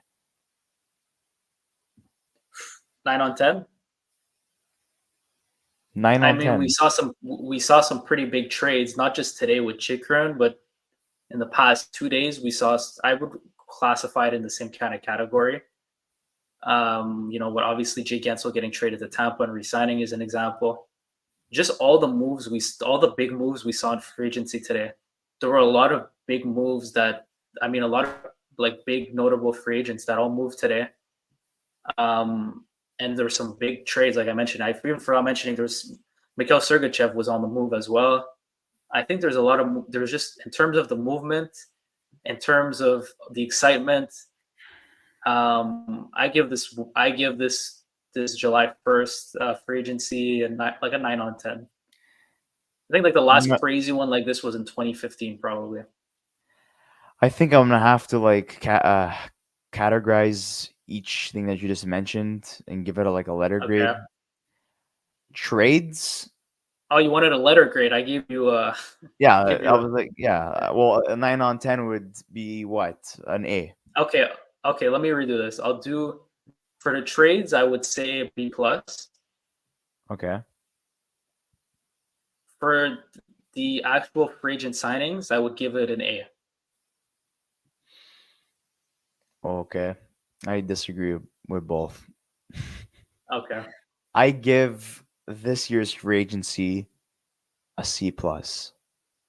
And it's not because oh, so many guys are on the move and they're signing and this and that and no, it's because of the value that some of these guys got signed to and the destinations they went to. Like look at this is a perfect example what I'm showing you guys right here. 64 signings and it's 745.8 million dollars as a total. Yeah. And that is like I said, the most in the last 5 years. I said at the beginning of the video, and here's proof right now. Do you think this is normal? And you take a look at the names that were signed today. Well, I Do you mean, think this graphic it's is a justified? no, but okay. I thought you wanted to know like in terms of like the craziness of this free agency window. I think in terms of like GMs not being smart, and you just show that graphic. I think yeah, I agree with you. I would give it like a C minus. I think like 60% of the moves that we've covered today were overpays, like major overpays. There were some good moves, like Jonathan Drouin, some of the short-term moves, even obviously Steven Stamkos, Marcia. So those are good moves by Nashville, but most of the moves were really bad overpays. But is the cap going up by that much? Is my question now. Like, does the cap go up in a way that justifies these moves not having the kind of impact that we think they'll have? Well, it looks like at this point in time that, the cap goes up and people are like, wow, extra money to spend. And they they go crazy with it. They overspend. They're giving unjustified contracts to certain players, Yeah, and that's the name of the game, unfortunately. And like I said, many of these guys are not going to be living up to their contracts. Some of these guys are not even going to play their full length of their contracts, and um, like in terms of the excitement, I mean, we already knew that Stamkos was heavily linked to Nashville, so the excitement was dead. It's not I like there was wouldn't say it anyone was dead. It else. was never a guarantee. It could be that he waited a day and just re-signed in Tampa. Nobody knew. Like Toronto was linked to him as well. Everybody thought Detroit was creating cap space too to bring him in. I think honestly, him going to Nashville took me by surprise. I wouldn't have thought to that team like a non-Canadian team again, and in the Western Conference, I wouldn't have thought. You know, like we've seen the Western Conference go from juggernaut to pure piss in the NHL, and it's nice to see that there's big names that are leaving the East to go to the West, and it's going to be a lot more competitive, for years to come. And you have Steven Stamkos joining them in the mix. You have Connor Bedard, who was drafted by the Chicago Blackhawks. I don't think I've seen the West this competitive since probably Chicago's dynasty days or LA's dynasty days, in the 2010s. So, it's nice to see a little bit of a mix now that we're going to see probably the East and West be equally as good. But I mean, it doesn't help when teams like Detroit, Buffalo, Ottawa, and Toronto are progressively getting worse as well. And Columbus, they're just there. Montreal's getting better. Philly, I don't even know what the heck they're doing anymore. They said they were going to rebuild, and it seems like they're not rebuilding anymore. It seems to me that apart from Mitchkov falling onto their laps, they haven't done anything impressive in terms of this rebuild. Um, Pittsburgh's mid. Washington got way better this season. New Jersey, they were good on paper last year. They just didn't get the results they wanted, and now this year they made a couple of moves to kind of shake things up. Will it translate into success? Hopefully, for the sake of their superstars and their fan base. Nashville gets better in the West. You have Vancouver, who's still a contender. Chicago gets better. You can't really go lower than they did last year. Vegas is still going to be a powerhouse. I don't know if you mentioned them. I was kind of like mixed on Vegas. That's why I didn't mention them yet. Like I don't know. I don't know. I think they're a powerhouse. I really like their team 2 years ago, and I really liked how powerful they were heading into the playoffs with Anthony Manta and Thomas Hurdle, and they still had Stevenson and Marchessault on the team. Um, I don't know. Not too crazy. I mean, yeah, their goalie situation too is I about the think same. look at Vegas's decor. They obviously Martinez leaves as a free agent, but think of Noah Hannafin as a new signing.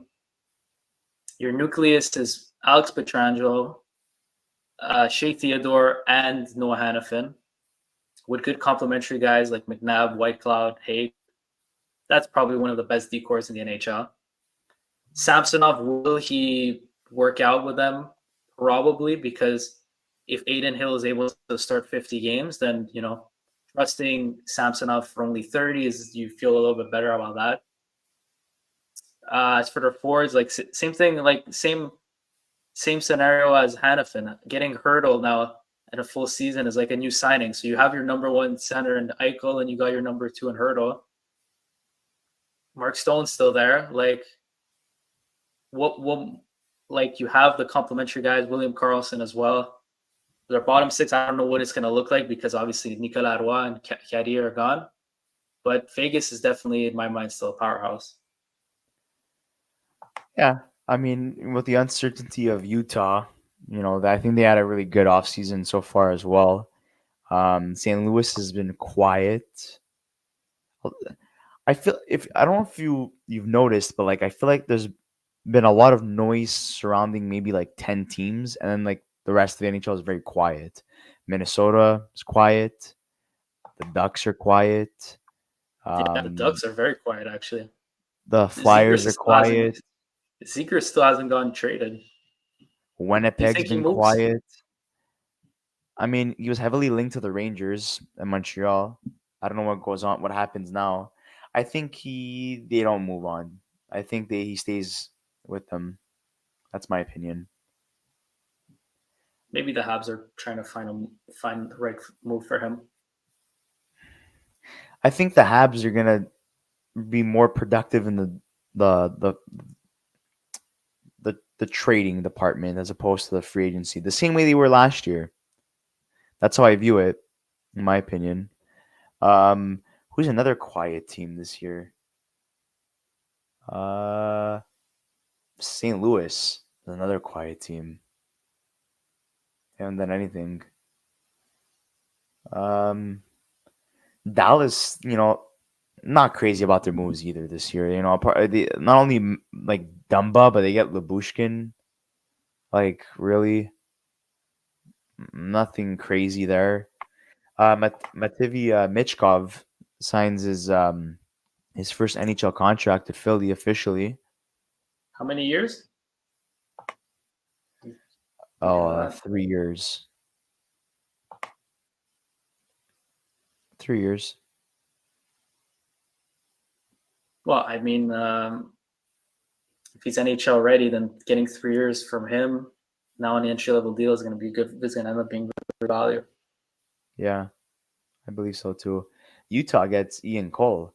Man, they really reshaped their whole defensive core. I don't think they had, I think they only had one guy under contract at the beginning of the offseason for defensemen, and they completely reshaped their decor. And I think low key, maybe one of the best decors in the league right now.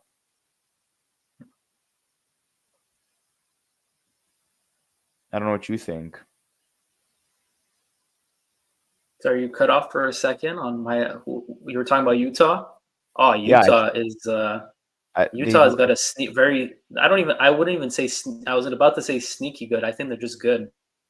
I think Utah has I one of the think like best they defensive systems look. in the league.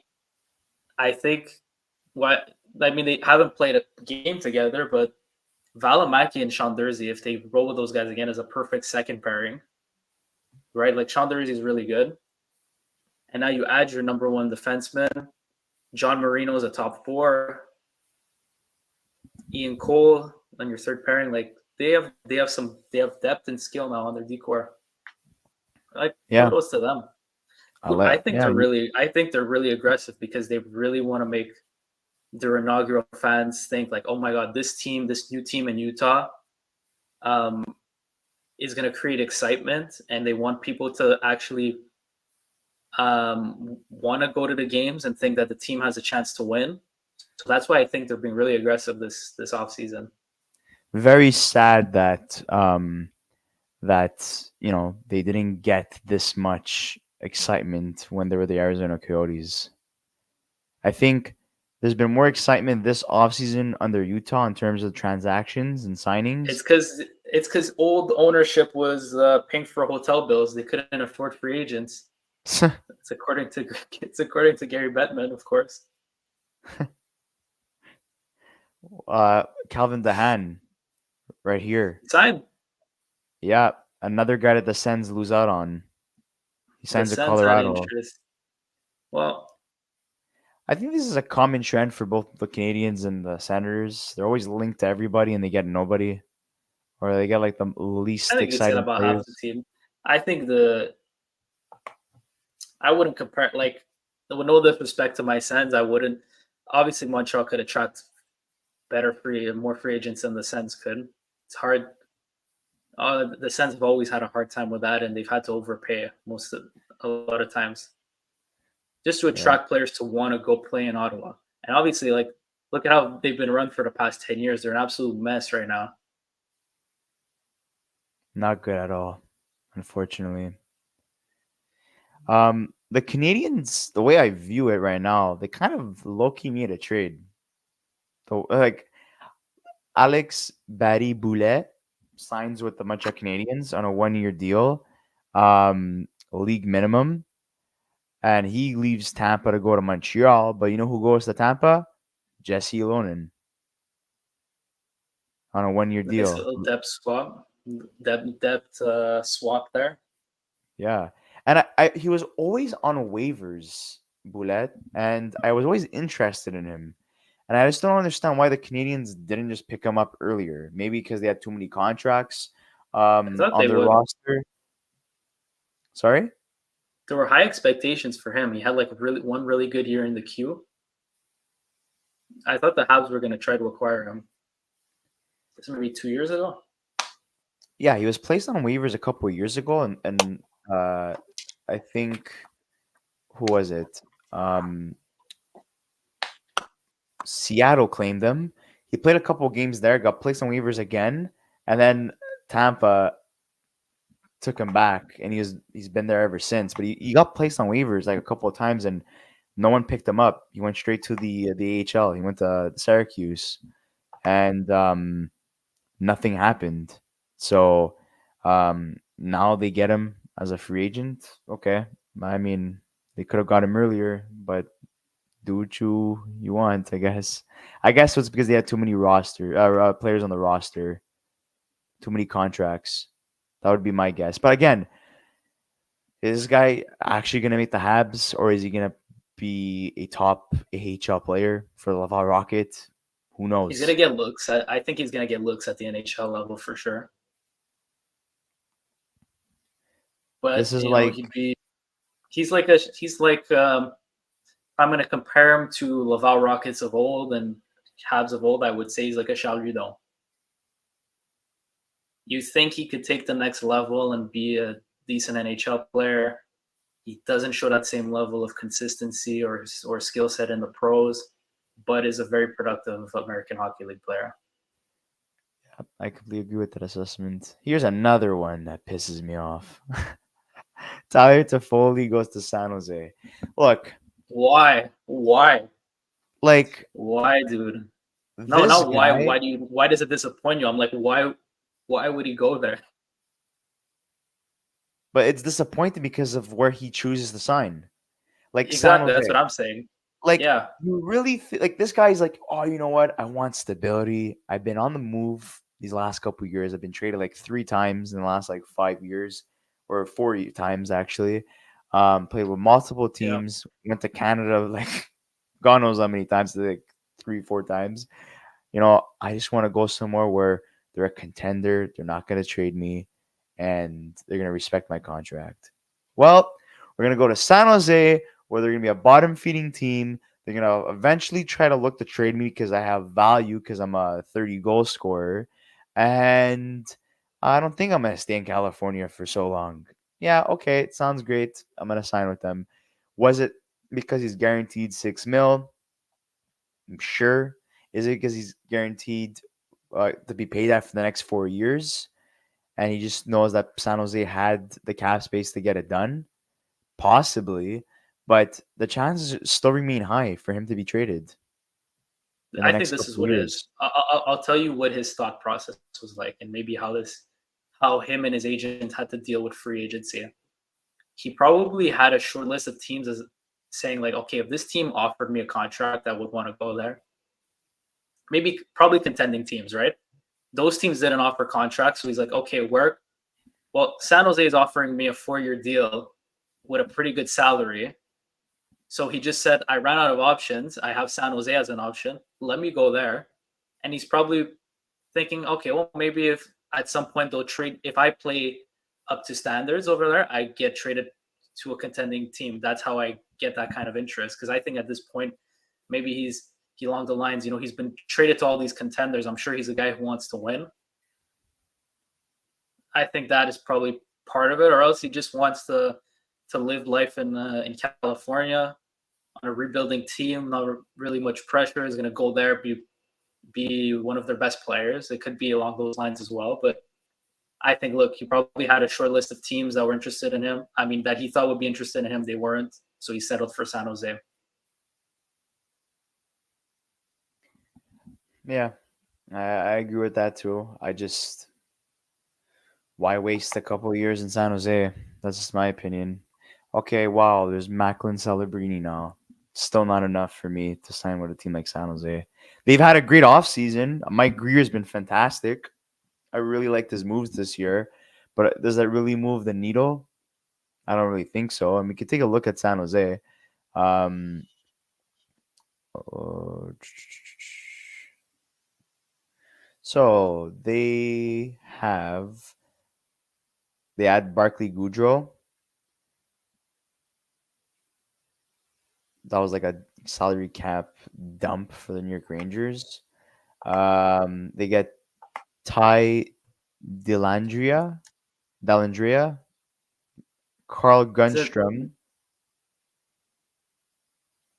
Jake Wallman.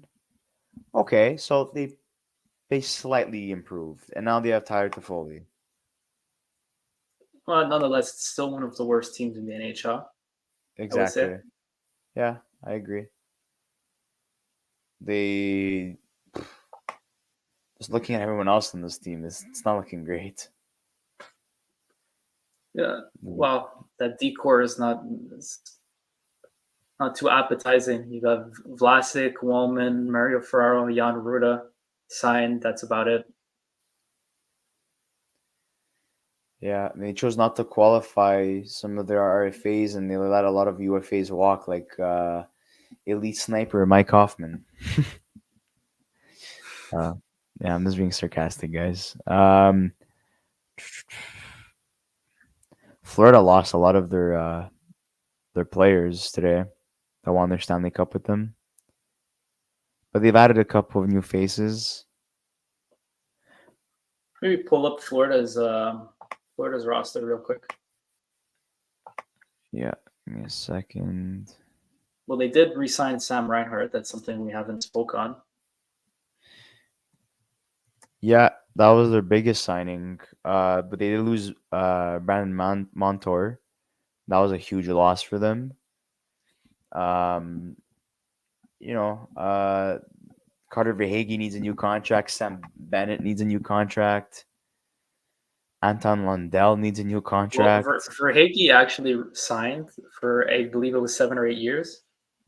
But that was not confirmed by the team yet, so it's not in cap Uh, friendly. That was okay. word of mouth for now.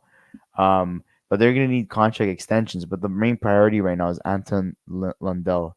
He was fantastic during the Yeah, playoffs. Very great solid shutdown center, young player. two-way center.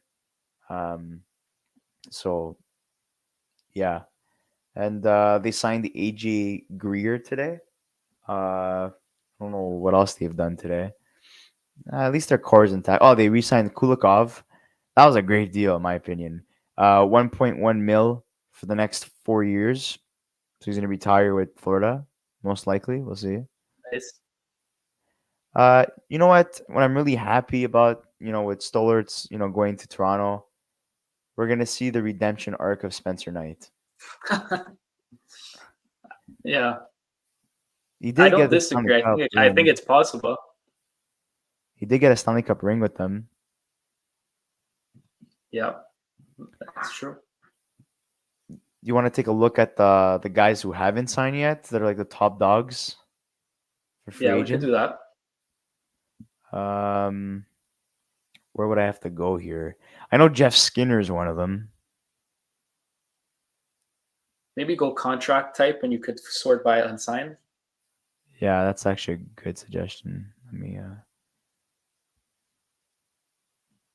contract type. Status here. UFA. Yeah, there you go. Wait, these guys are all signed already. I think it's only for actual signed guys.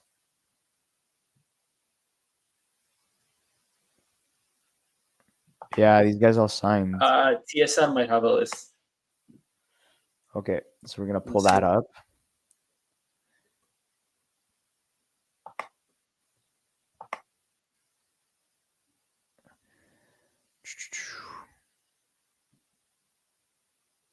Let's take a look here. Apart from Jeff Skinner, is anyone that comes to mind that's not signed yet? Blake Wheeler. He's not a notable UFA at this point in time. It's pretty Let's much finished, go. in my Okay. opinion. Well, this is not loading. Uh, NHL. I'm just gonna write NHL top NHL free agents.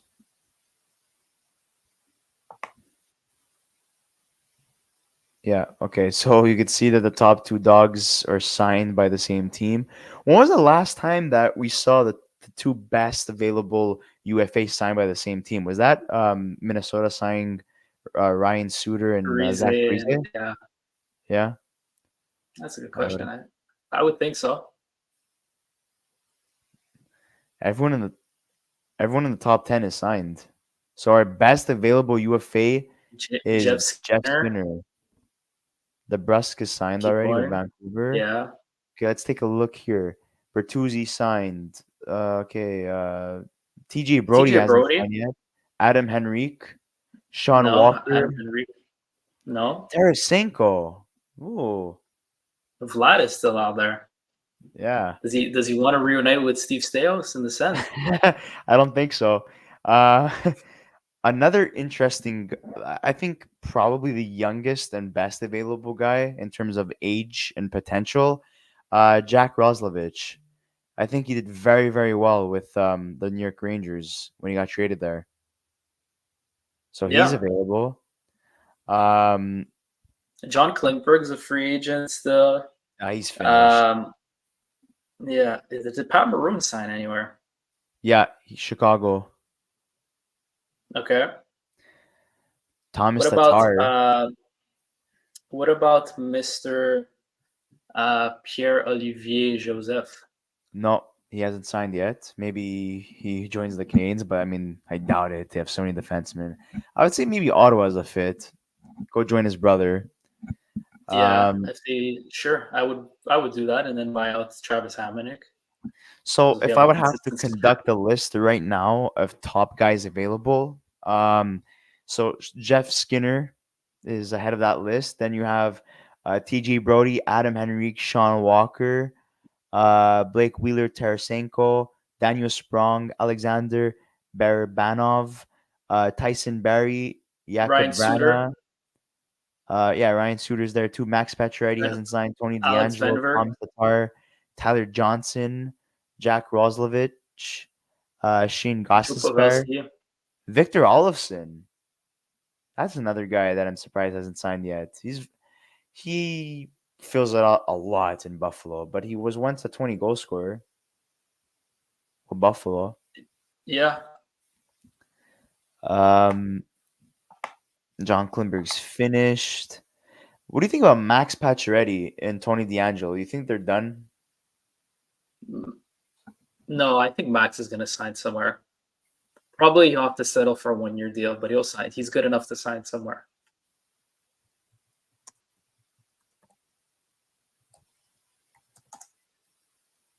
Where would be a So, fit for Max Pacioretty? Would you take him back on the Canadians? no way. Not even on a 1 year contract, 1 year No. prove it deal, No. 2.5 million. No.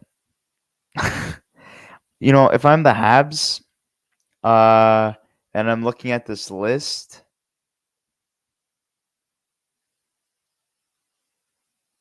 you wanna laugh? You're probably gonna be like, "There's no way." I think the Habs should go after Vlad Tarasenko. That makes sense to me.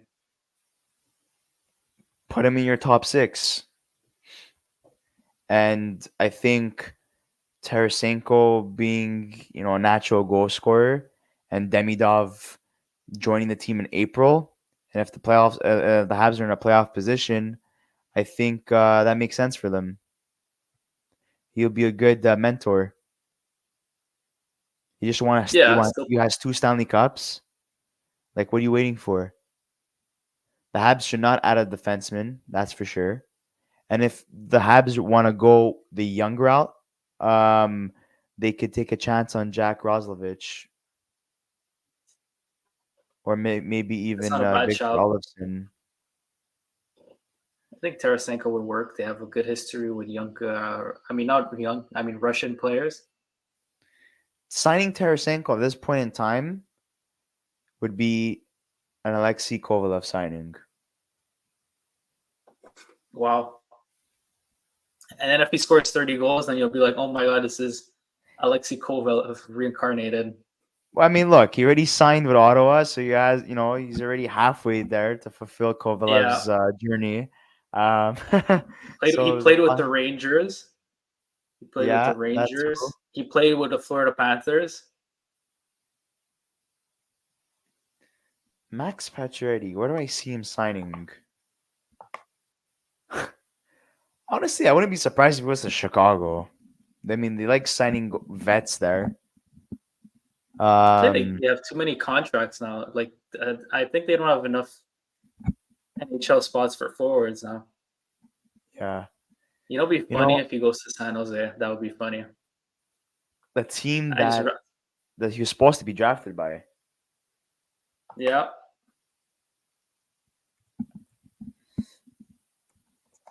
Because we had the Canadians had San Jose's pick at one point, and that hmm pick turned out to be Max Pacioretty.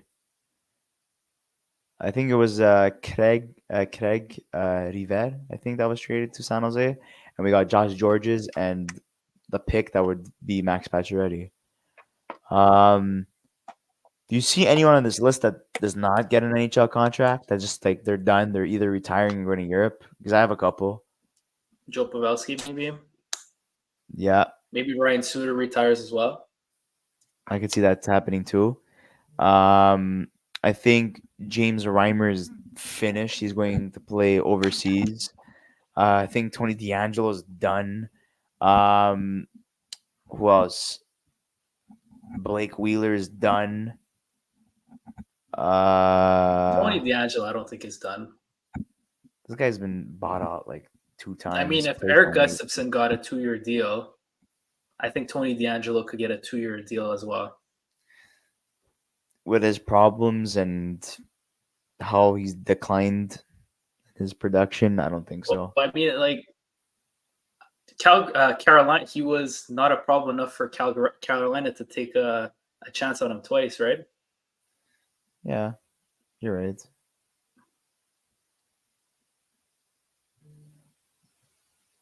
Shane Wow. Gostisbehere is still a free agent as well. Mike Hoffman signs in New Jersey. That's interesting. Very strange. I think there's another winger we didn't mention. This Thomas Tatar, I believe, hasn't re-signed yet. Yeah, but there's talk about him going to play overseas, and I think that's way premature for that to happen. Oh, there's James Van Riemsdyk. We haven't mentioned. Yeah, He's another guy. Man, all the top dogs got signed. That's crazy. Like, remember last year? Like, we had to wait a couple of days for Max Domi to sign, or like hmm even 2 years ago, like we had to wait like a couple of weeks, I think, for Nazem Kadri to sign. Even Tarasenko took a lot of time last year. This year, like they didn't want to waste any time. I think they said, you know what, these last couple of years have been rough in terms of free agents. We have our guys. We're gonna sign them now, and that's it. And we have if we have to overpay, we overpay, and that's it. We're not gonna wait until halfway through the season. yeah, maybe, but you could still be a little bit reckless doing that. I think teams just have more cap space to play with this Yeah. summer. Honestly, And, and concerning the Tampa Bay situation with Stamkos, reading comments that he made based off interviews he conducted with like TSN today and other outlets, it was very messy. really. So, yeah, they're not leaving good terms. And also, Marchessault left on bad terms with Vegas. He said they didn't even try to keep me after everything I've done for them. Well, that's the thing with Vegas. To run strictly like a business, which they're like a bottom line business. Even with we mentioned this in a previous video with the way they treated. Well, Logan Thompson was at a meet and greet with fans, and he was basically told minutes later that he was that he got traded. But he did request a trade, He though. was at the yeah okay, he requested a trade, but he was at the draft. All right, Yeah. signing autographs for Vegas Golden Knight fans, and then minutes later he gets traded. Marc-Andre Fleury situation too. They just love screwing goaltenders. You know, I'm gonna ask you an interesting question, and I think no one has asked this question yet. But with how they've been, towards their players. Do you think this taints players wanting to sign with Vegas? No, Why not? because there's a history. There's still a history of big free agents, and big high level players that do sign long term with Vegas, and I think that's always a positive sign if they're able, regardless of how players are treated, they still find a way to recruit players. And the fact that they're in a state with no income tax in Nevada also encourages uh, players to want to play there as well because they earn more of their money. Um, and just the fact that the team is still winning. I think if the team was middling or not very good, I think things would be different. But as competitors in the NHL, players usually always want to play for a winning team, and Vegas is always an attractive option. So I disagree if for anyone that would think that they would have a harder time recruiting players based on how they treated Marc-Andre Fleury and other players in the past. Those are good points. I respect that. I don't know if I necessarily agree because if I was a player, I'd be like, stay away from that team because 1 minute you're a hero and the next they treat you like garbage. But I mean, I understand what you're trying to say and I respect it. And in other news, Corey Perry, the Stanley Cup cancer, signs with the Edmonton Oilers on a 1 year contract. Three signs. Yeah, 1.4 Corey mil. Perry's So back. So we honestly, could confirm it now. We know we officially have the Western Conference champions for next season is officially the Edmonton Oilers again yeah. because because Corey Perry has been in the Stanley Cup Finals for the past couple of years now. Mm-hmm. Is Do crazy. you like the Corey Perry re-signing? Uh, do I like it? Yes, I do. I thought he was a great fit. Um, I really liked him as a member of the Edmonton Oilers. I liked him better with the Chicago Blackhawks. I thought he was very productive there, and it was unfortunate how things ended with those two. But but it is what it is, and I think this will be his final year.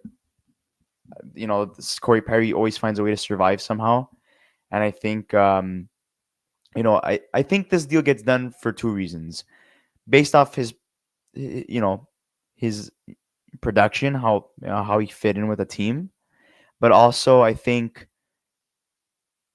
he respects and appreciates that Edmonton gave him a chance when others didn't. Like it That's could have been fair. done for him. It could have been done. And I know there It was could. other teams I think that's interested, fair. but I think there was other teams interested, but the fact that like Edmonton like was probably like the hardest on Perry and like wanted him the most, I think he truly appreciated that. And I liked him in the Oilers jersey. This is an interesting anecdote. Not sure there's a team in worse cap hell than the Colorado Avalanche. 11 forwards with Landeskog and Nichushkin. That's going to be interesting. What's going to happen to those two guys? 5 defensemen, 2 goalies, and they have check notes, 300K in cap space. Legit, not sure where they go from here. What happened? Well, let's take a look at the team. And Zach, I'm gonna ask you who stays, who goes, and what they need to acquire in order to stay competitive, because this could very well be free fall for Colorado Avalanche. Sure. So, taking a look at this team, what are your thoughts? Yeah, I'm putting it on my screen as well here. Just give me a sec.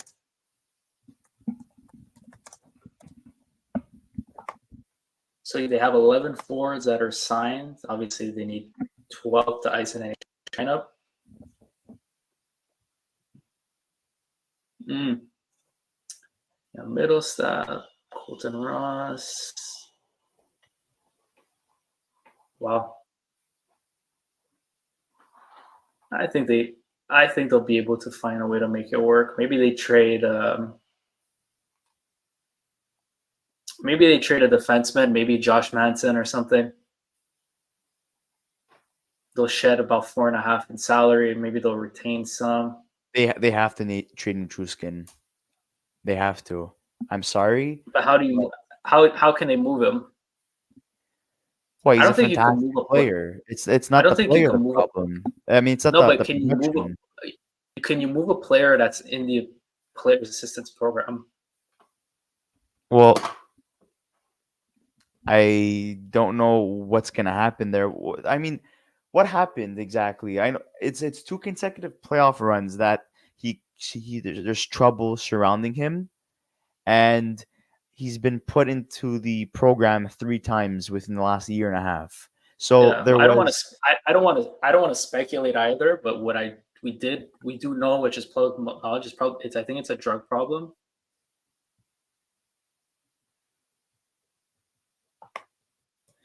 Let's take a look here. Um, Nutruskin. I think.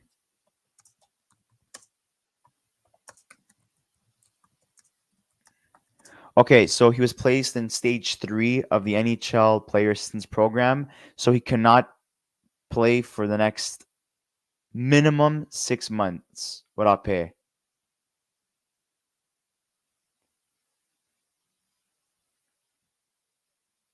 Yeah, and he entered the program during the playoffs, so that would only if he were to return, it would make him available sometime in January.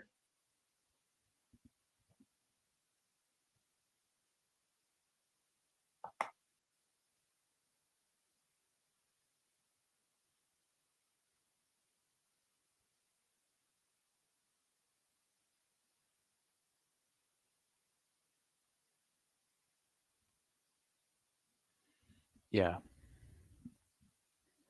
Um, things are getting quiet, guys, with the free agency and with us covering most of what has gone down. Um, I would say 4 o'clock is probably gonna be our cutoff time. Um, so another half an hour.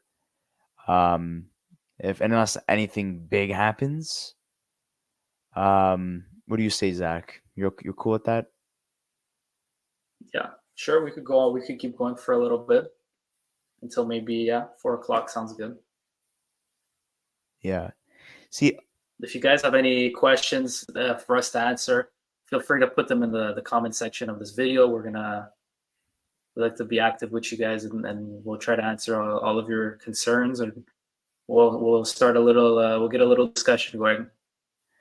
um, so Frank Saravelli clears it up in terms of the Shane Pinto situation. Says plot twist: he has not asked for a trade.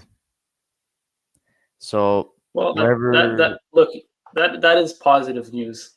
I'm very happy about that.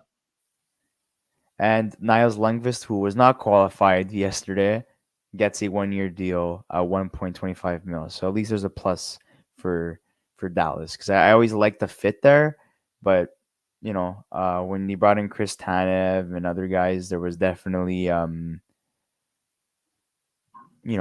players playing above him in the depth chart. Mm-hmm. One thing I think we should take some time to talk about is this constant bullshit narrative that Quebecois players in the NHL continue to use the Canadians as a pawn to get more money out of another NHL team.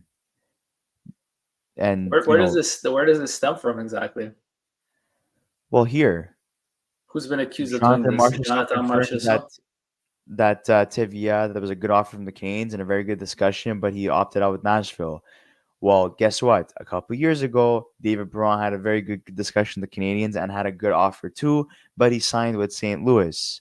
A couple years ago, Vincent Lecavalier had a very good conversation with the Canadians and a good offer, but opted to sign with the Philadelphia Flyers. So this is a trend now where it's like not only is it confirmed through sources, but it's also confirmed by the player once he signs with the opposing team that Canadians were a second option for them. I think this is like and then, you know, French Canadian fans of the Montreal Canadiens question why we don't have Quebecois players. Well, when your your own people are using the Canadians, your own team and their childhood team, as essentially a tactic to gain more money in the free agency, well, of course they're not going to sign with the Canadians, and they should stop asking why why is it the Habs not being the ones that are pursuing the Quebecois NHL players. Well, they are, but they're just using them. Unfortunately, they're being used and abused to sign elsewhere. So I think we should stop asking why we're not acquiring Quebecois players, and we should be mad at the players using the Canadians as a tactic. What are your thoughts? Well, if this, I don't know if that is true that they use the Habs as a negotiation tactic. I just think what I'll say is that I think for a lot of French Canadian players, they opt sometimes not going to play in Montreal because of the level of pressure. I think for them it's going to be higher than playing for any other team, regardless if they're even playing for a team like New York and that media over there, or like a team like maybe a team like Toronto could match it. But a Quebecois playing for the Habs is always a lot of pressure. There's all the legends that have been with the organization from since basically the 1930s, 1920s. There's a lot of pressure and there's a lot of weight having that putting on that jersey. That could be a factor as well. But I think that regardless of if it's the Montreal Canadiens or not that are offering a player a contract, when there's other teams interested, then the bidding price just goes high. It just is elevated.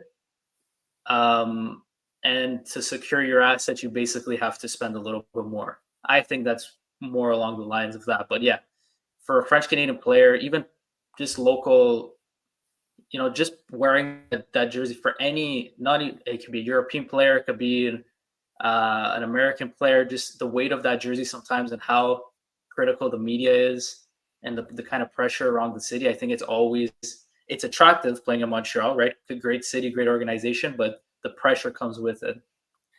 Okay, but like this is not the same regime, and they do not have the same mentality like previous regimes in the last 20 years have had. You know what I mean? Like this is an up and Well, I mean, coming team that a lot of people are excited about, and even like players are excited about, and they have more of a willingness and have more of a soft spot to play for Montreal, especially knowing who's in charge of the organization and who's coaching the team. Hall of Famer Marty St. Louis. yeah, So it is a different regime, but I don't think it's still the same organization. It's still owned by Jeff Molson. It's still the same city, so I don't think that would play a factor into it. I think the Canadians have a higher chance of signing a superstar talent that's not from Quebec than an actual Quebecois player at this point in time. That's just my Maybe. thoughts. I So mean, yeah. I have one thing to tell you, and you're not gonna like it once I show you this. Bum, bum, bum, bum, bum, bum. There was so much interest, but they took the worst Oh possible no. deal, right? Uh, well, it is what it is, man. They, I, for him to say that, I would be surprised that there wasn't a better offer somewhere else. Unless they're so high on Nick Jensen and proving a need on the right side, I'm sorry, I'm sure there was a better offer somewhere else if there were that many suitors. Let's just take a look at. I want to just take a look at Nick Jensen, 33 years old. I thought 2 years you're left. Wow, so you trade a player with 1 year left for a player that's 2 years left. Added and value right there. and he's That's older, sarcastic, by the way. and he's older. Yeah, and he's not as good as a player And you still right? have Travis Hamonic on this team. Who's not bought out yet. Maybe it'll happen soon. But no, if imagine rolling into the next NHL season thinking this decor is an improvement, regardless of the left side, right side shit. You go in and you have Travis Hamonic still on the team. Like that, just to me alone is like you're playing. I think people are gonna hate me for this, but playing with Travis Hamonic is like playing with 5D. That's what it is. And we It's know like how it playing with a feels to play with five, right? When we actually have six. yeah, exactly. We can relate to that. But okay, Sanderson, Shabbat, Zub.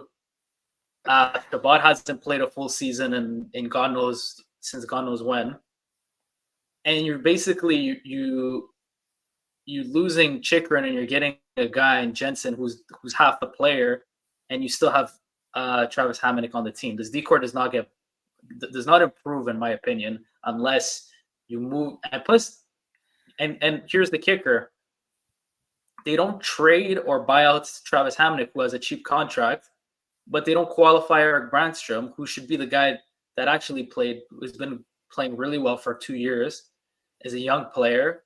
They got him in the Mark Stone trade. Like you would want to at least, um, keep evaluating this guy. Expectations or not, he's been playing well, and they don't qualify him. And Travis Hamonic is still on the team. To me, it's just it's head scratching the moves they're making.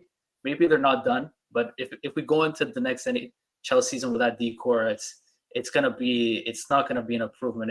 It's gonna be pretty lackluster, I would say. I think Steve Staios is someone in contact with Pierre Dorian because just reading this statement pisses me off. He says veteran leadership will help. What did Pierre Dorian say? The same thing, right? And he brought in Claude Giroux. He brought in Vlad Tarasenko at one point, right? He brought Yeah. in Jacob Chikrin, right? And two of those three guys are gone. What else did he Oh do? wait. Oh wait. He brought in Alex DeBrincat, who left a year later. Yeah, and he traded a first round pick for him. Yep. And And like for Chikrin, um, what else happened? Well, apparently Nick Jensen stabilizes their decor. Great. That's a great quote. That's definitely not going to bite him in the ass. Um, Perron is what? A Tarasenko replacement at this point? not even. I He's think worse. Perron had a hard time producing 5-on-5 this year. Most of his points came on the power play, and he's one of the worst skaters in the league. Michael I wouldn't have Amadio. given him 2 years. 1 year would have been fine. 2 years, we'll see. I like Michael Amadio as a He's a Parker good player. Kelly replacement. I think Yeah, that's a he's that's an improvement. yeah. There's at least one redeeming factor during this Even Noah offseason. Gregor, who they signed, who spent some time in Toronto, is an improvement in their bottom six as well. Yeah, I like that too. And he's young. So I would say they improved their bottom six. Their defense definitely did get worse. Just this team doesn't scream playoffs for me. I'm sorry. They need to do something here. It's not good enough. Yeah, we'll Ha- see. New coach and Travis Green as well. I don't think they're done making moves. I think they still have one forward to sign, and obviously they have to bring back Shane Pinto. They don't want to let that drag on. that's true. Actually, it dragged on last year with Shane Pinto because nobody knew about this. Well, actually, the team. Wait, hang on. The team was purchased, yet the general manager or nobody within the organization let the purchasing party know that hey, we have this guy who's under investigation for gambling, and that's why we can't re-sign him right now. Pierre Dorian just kept basically didn't disclose any of this information obviously they couldn't disclose it to the press as well. But when all this information leaked, and especially, oh hey, you want to purchase our team, but we're not going to tell you that Evgeny Dadonov, that trade is costing us a first round pick. All this comes out in October. Pierre Dorian is fired and didn't have the courtesy to re-sign prior, and then they were trying to find a general manager mid-season. Like the whole the whole start of their season, in a season where I said, yeah, we're making the playoffs. There was a whole mess to clean up. So I think the positive thing for me and for Sens fan is that you're going into this new season, and for at least for once, there's no drama when it comes to management, or how players are dealt with, player situations. Like, it's a lot cleaner. So I think that's the positive. If as a Sens fan coming out of this first day of free agency, just try to remember the fact that things are actually stable. You're not we're not the laughing stock right now currently, but we'll see how the season goes.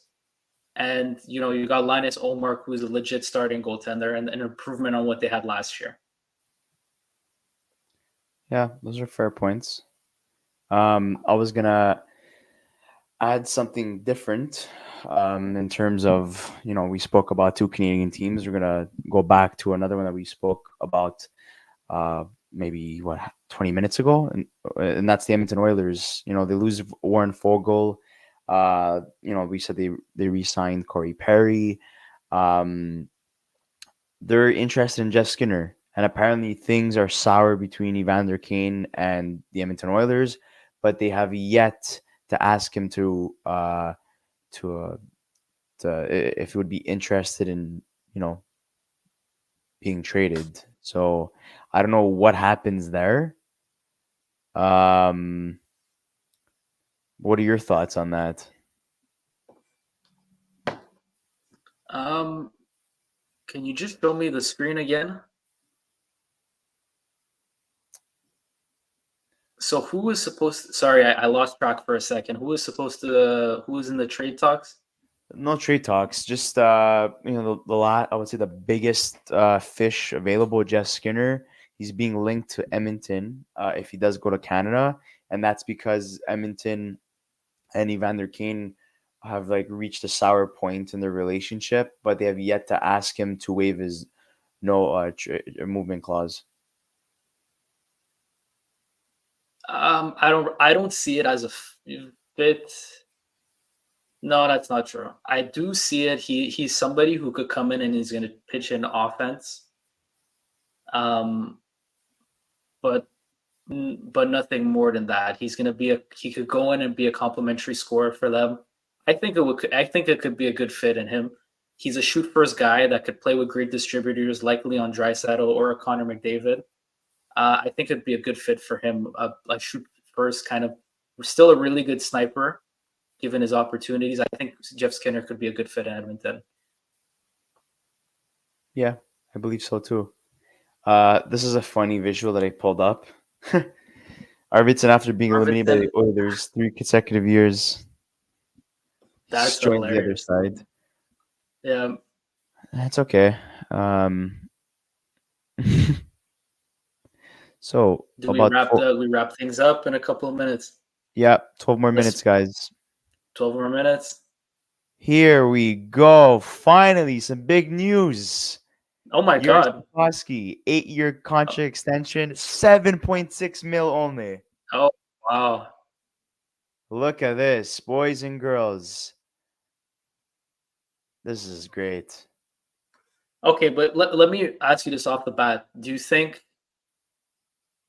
how confident are you that this contract is an accurate representation of the player? I know he was great for the second half of the year, but that was he's had 150-point season, right? And he did it while he was 18 years old. 19, Yeah. sorry. 19. Yeah. I guess there's a lot of look, I'll On a compare shit this Habs to team.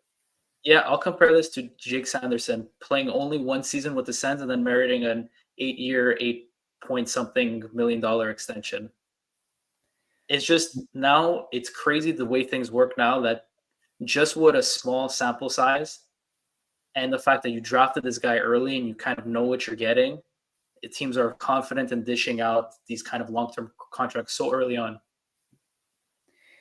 But I think it's going to work. I think Slavkovsky is going to be worth every penny of that. You're Let me just put this into perspective for those who are watching or those who end up watching.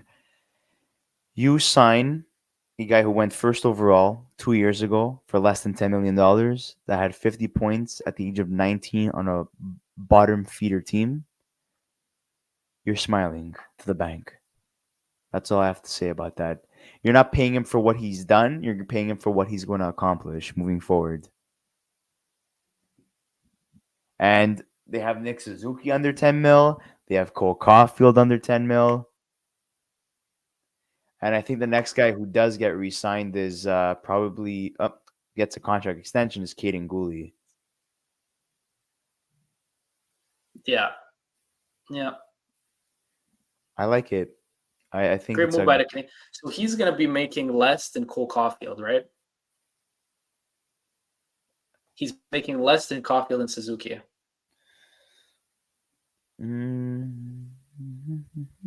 Let's take a look at the Canadians. I do want to mention one thing for those who are upset that they're not using their cap space. With all the back contracts that are given, you have to take into consideration that if you want to be a competitive team for years to come, you're gonna need cap space to re-sign your top young players, right? And this is a perfect example that they still have $10 million as of right now, 20 mil when not when you put carry price on LTIR, okay, but you're gonna need that cap space for next season, and they're thinking ahead. Slavkovsky was gonna need a contract extension, and they got it done now. They didn't wait last minute, which is great. I like it. Um, yeah, look at this. Are you kidding me? Look at what Nick Suzuki and Cole Caulfield get paid. It's fantastic. I love it. Um, they established that their core is gonna be paid around the same amount of money. They said that Slavkovsky, Cole Caulfield, and Nick Suzuki are all gonna be paid above 7.5 million, and I love it. I think this is great. I think this establishes confidence. It establishes equality amongst the three core players on this team, and it's looking great. I like it. Also, they have some bad contracts tied up, unfortunately. They have Joel Armia for another year, Christian Dvorak another year, who are being paid over 3.5 mil. Josh Anderson on a horrendous contract of 5.5. Hopefully he bounces back so he gains some trade value. Um, what else? Yeah, let's see. Brandon Gallagher. 6.5 is not great either, even though he was pretty serviceable I think they this tried to season. move him, actually.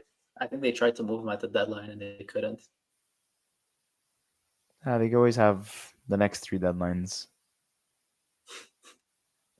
Did you? I know you weren't here, but I stated something very important that people should take into consideration. Did you notice how Suzuki, Caulfield, and Slavkovsky are all being paid around the same? Yeah, yeah. Well, I had mentioned before I left that I know Caulfield and Suzuki were making just under 8 as well. I think it's honestly, I think it's fantastic. If I'm a Habs fan and I see guys that are basically betting on themselves, but they're also saying, we know we're good. Well, obviously Suzuki is already a star in this league. Caulfield is on the cusp, and same thing with Slav. And you're committing to an organization for 8 years, and potentially you're giving yourself the opportunity to outplay this contract. So I think for Habs fans, you should really be happy about that, because I do think all three of them will outplay their contract. Maybe Caulfield is probably the only one who's a little bit iffy just because of his injury history and because he didn't score 30 goals this past year. But I think we'll get there with him. We're playing with better line mates on a bit more competitive team. I think he'll get to that point probably this season. Slavkovsky is definitely going to be a 30-goal scorer in this league. Obviously, Suzuki is a great two-way player who also produces really well offensively. So like I think those are if that's the nucleus of your team and you're paying them less than 8, then you love that and you're like, okay, well, let's laugh about the Toronto Maple Leafs who who really paid all their guys handsomely and haven't won a playoff series. Well, actually, they just won one in 7 or 8 tries, right? Yeah, and I was also stating that, well, before we continue with the Habs, just a little update. Alexander Wenberg, one of the top remaining UFAs, signs a contract with San Jose, 2 years, 5 point mil. Um, Not bad. The same thing as Chicago, I would say. Trying to add some, veteran players onto the roster to shield the younger players that will be their core for years to come. So, Yeah, I think that's a great ad, and they have the cap space to make it, and another win for Mike Greer. But going back to the Canadians, people probably are feeling like underwhelmed right now with how they have $20 million in cap space and they haven't even used a lick of it this year because Slavkovsky's contract only counts starting next season. So, yeah, they're thinking ahead, which a lot of people don't realize that they need to do because, when you have bad contracts like Gallagher and Anderson that are on this team for years to come, uh, you know, you're gonna have to try to like save as much money as possible because I think those two contracts are unmovable in this point in time. And you know, um, if they can move Christian Dvorak or Yola Armia's contracts, that would be great. Um, you know, I don't know. I mean, Joel Armia played really well. When he came back from Laval last season, I'm surprised there hasn't been any team that's interested in trading for him, considering that he only has 1 year left, and the Habs have an open retention spot now since Joel Edmondson's contract is over. So I don't know. Maybe we'll see something there. You know. yeah. Toronto. Toronto does something. Hakanpää, I think he's an underrated defenseman. I don't hate him. I think he's serviceable. What do you think? yeah, yeah. I think this is a good He move was for kind him. of in and out in the lineup for Dallas. It's a third pairing D, big, strong, physical guy. I think that's kind of like the mold that Toronto has been targeting for. Yeah. Think You know of what it I'm as laughing it's the about? Joel Edmondson replacement. Yeah, but you know what I'm laughing about? The guy who But took his spot as a full timer was Chris Tanev, and now he's joining Chris Tanev in Toronto. that's funny. That's Yeah, funny, actually. like Hankapaa was pretty much like a lock because Niles Lundqvist was injured. Oh, Gossesberg goes to the Hurricanes. Didn't he play there before? Did he? I don't. Actually, I can't recall. Let me look it up. I think he got traded there like during the trade deadline a couple years ago.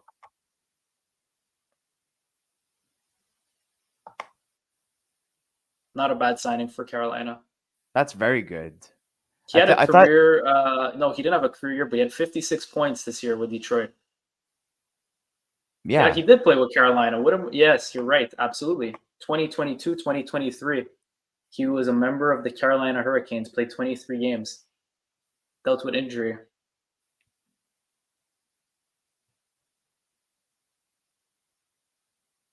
So it is part two for Shane Gostisbehere in It seems like Raleigh, Carolina North loves Carolina. part twos. They love part one and two of What if we get part? D'Angelo. What if we get part three of Tony D'Angelo at some I point? think he's done. I think He's he's gonna sign done. somewhere. He's gonna sign somewhere. Yeah, somewhere in the KHL. He's gonna sign with San Jose. They'll give him 4 mil. They'll have to Don't get even, to the cap floor. don't even start with that. Oh, another Ottawa player So gone. Bokunji Mama is officially on the move. Yeah, to Pittsburgh. Yeah. So Um, it's just about 4 o'clock here. I don't know if you want to keep going for a couple minutes or you know what? Let's go for a couple more minutes because it seems like things okay. have picked up. So I'm scared like we end this and then we miss out on something. What do you think? I go for a couple more minutes. Okay. Um. Yeah. Seems like there's a lot of fans of can't use at the moment. Um. So for the teams that are quiet, Zach, St. Louis, Montreal. Who else do we mention? Philadelphia. What do you expect those teams to do? Like nothing, or do you think they're going to be more active in the trade front? Minnesota's another one. Well, St. Louis has they didn't have a lot of moves to make with their own free agents. They have pretty much their whole team re-signed. They have some cap space actually. I mentioned in a previous video, and I still feel like I'm surprised that Doug Armstrong hasn't made any moves at free agents. Maybe they're in talks with a forward or with a top nine forward that's still available. Maybe they'll try to upgrade their team. They still have some cap to play with. Flyers, look, the Flyers shouldn't overpay on anybody. They're a team that's closer to the rebuilding stage. I think they should just wait it out and look for good value and just be patient because other teams are spending, but it doesn't necessarily mean you have to spend as well.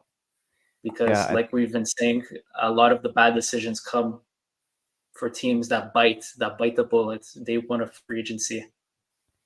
I think a lot of players, start asking for more money when they see other players on the market, Hmm. getting ludicrous deals, and it forces GMs to kind of like hand out more money, and they end up regretting that. But this is an interesting comment here about Nikash, and someone right below it says Philadelphia has the amount of picks to make it work, and this is a team that has been quiet. So, you think they get it done, or I mean, at this point in time, considering how much Carolina has lost in terms of um, offensive production, I would do anything in my power to sign Nikash and make sure that it gets done. Same thing with Seth Jarvis. I think now they're in a position where they could actually offer Nikas a better contract. So maybe all of the trade offers they got weren't really to their liking, but there's still like mutual intent to resign, and it could be that they're just waiting it out. They're freeing up some cap space, and they're maybe they'll. I think Seth Jarvis is going to resign for sure. I think Nikas is the one that we have to keep an eye out for. But I think now that there's a possibility that they do resign both. Yeah, I'll give you a and confirmation on how much cap space they have actually. yeah, I'm gonna pull it up right now. But as we're doing that, I think out of all the teams that were linked to Nikash, the only ones that haven't done anything are Philadelphia, Montreal. So, Yeah. Boston was in the race. They get Well, I a mean, nice sent home. That's done. so Even bearing the Buffalo was in the move, race too. yeah, so bearing the move of Shane Gostisbehere, Carolina still have about $14 million in cap space with Jarvis and Nikas and Jack Drury to resign, and Dylan Coughlin too. Well, priorities said Jarvis and Martin Nikash, and then I would say that they should definitely go after. They should try to resign Jack Jury. Um, Sean Walker still hasn't signed, or yeah, that's weird.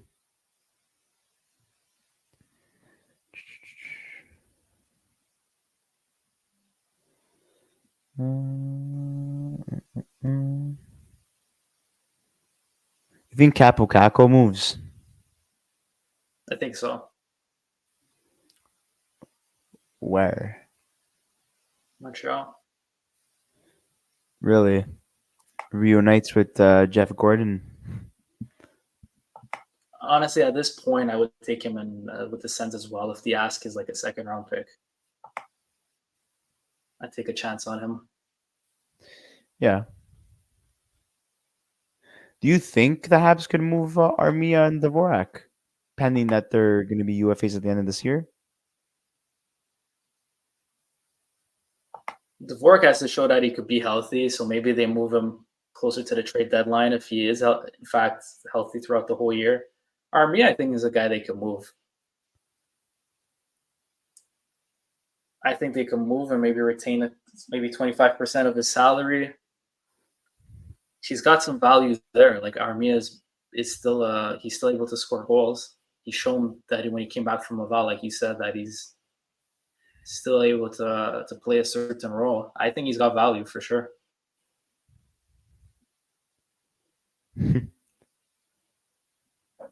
This is funny. Can't use.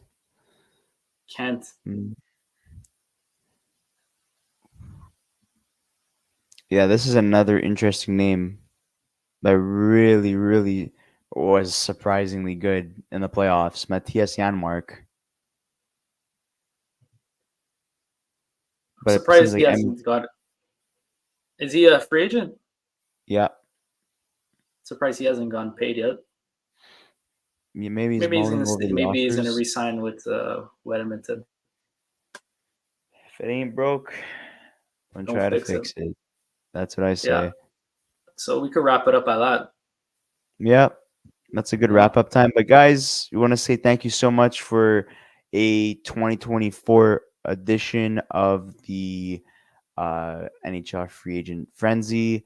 I know we came a little bit later than expected. We had a whole different plan beforehand, but we were glad to chat with those who did make it and did view this um, live stream. Um, Also, if there's any trades or free agent signings that happen in the future, we are definitely going to cover it as fast as we can. Um, and yeah, make sure to like this video, subscribe to our channel if y'all are already. Also, write your comments on the signings that were uh, that that we made today. Um, and yeah, was my thing freezing up when I was talking? No, no. No? Okay, it was just me. Okay, it was just refreshing, I guess. Anyways, sorry about that. So on that note, thank you so much, guys. Make sure to check out past content that we posted and the 3 videos we posted today. And we'll see you on the next episode of the Young Guns Podcast. Thank you so much, guys, for watching. Peace.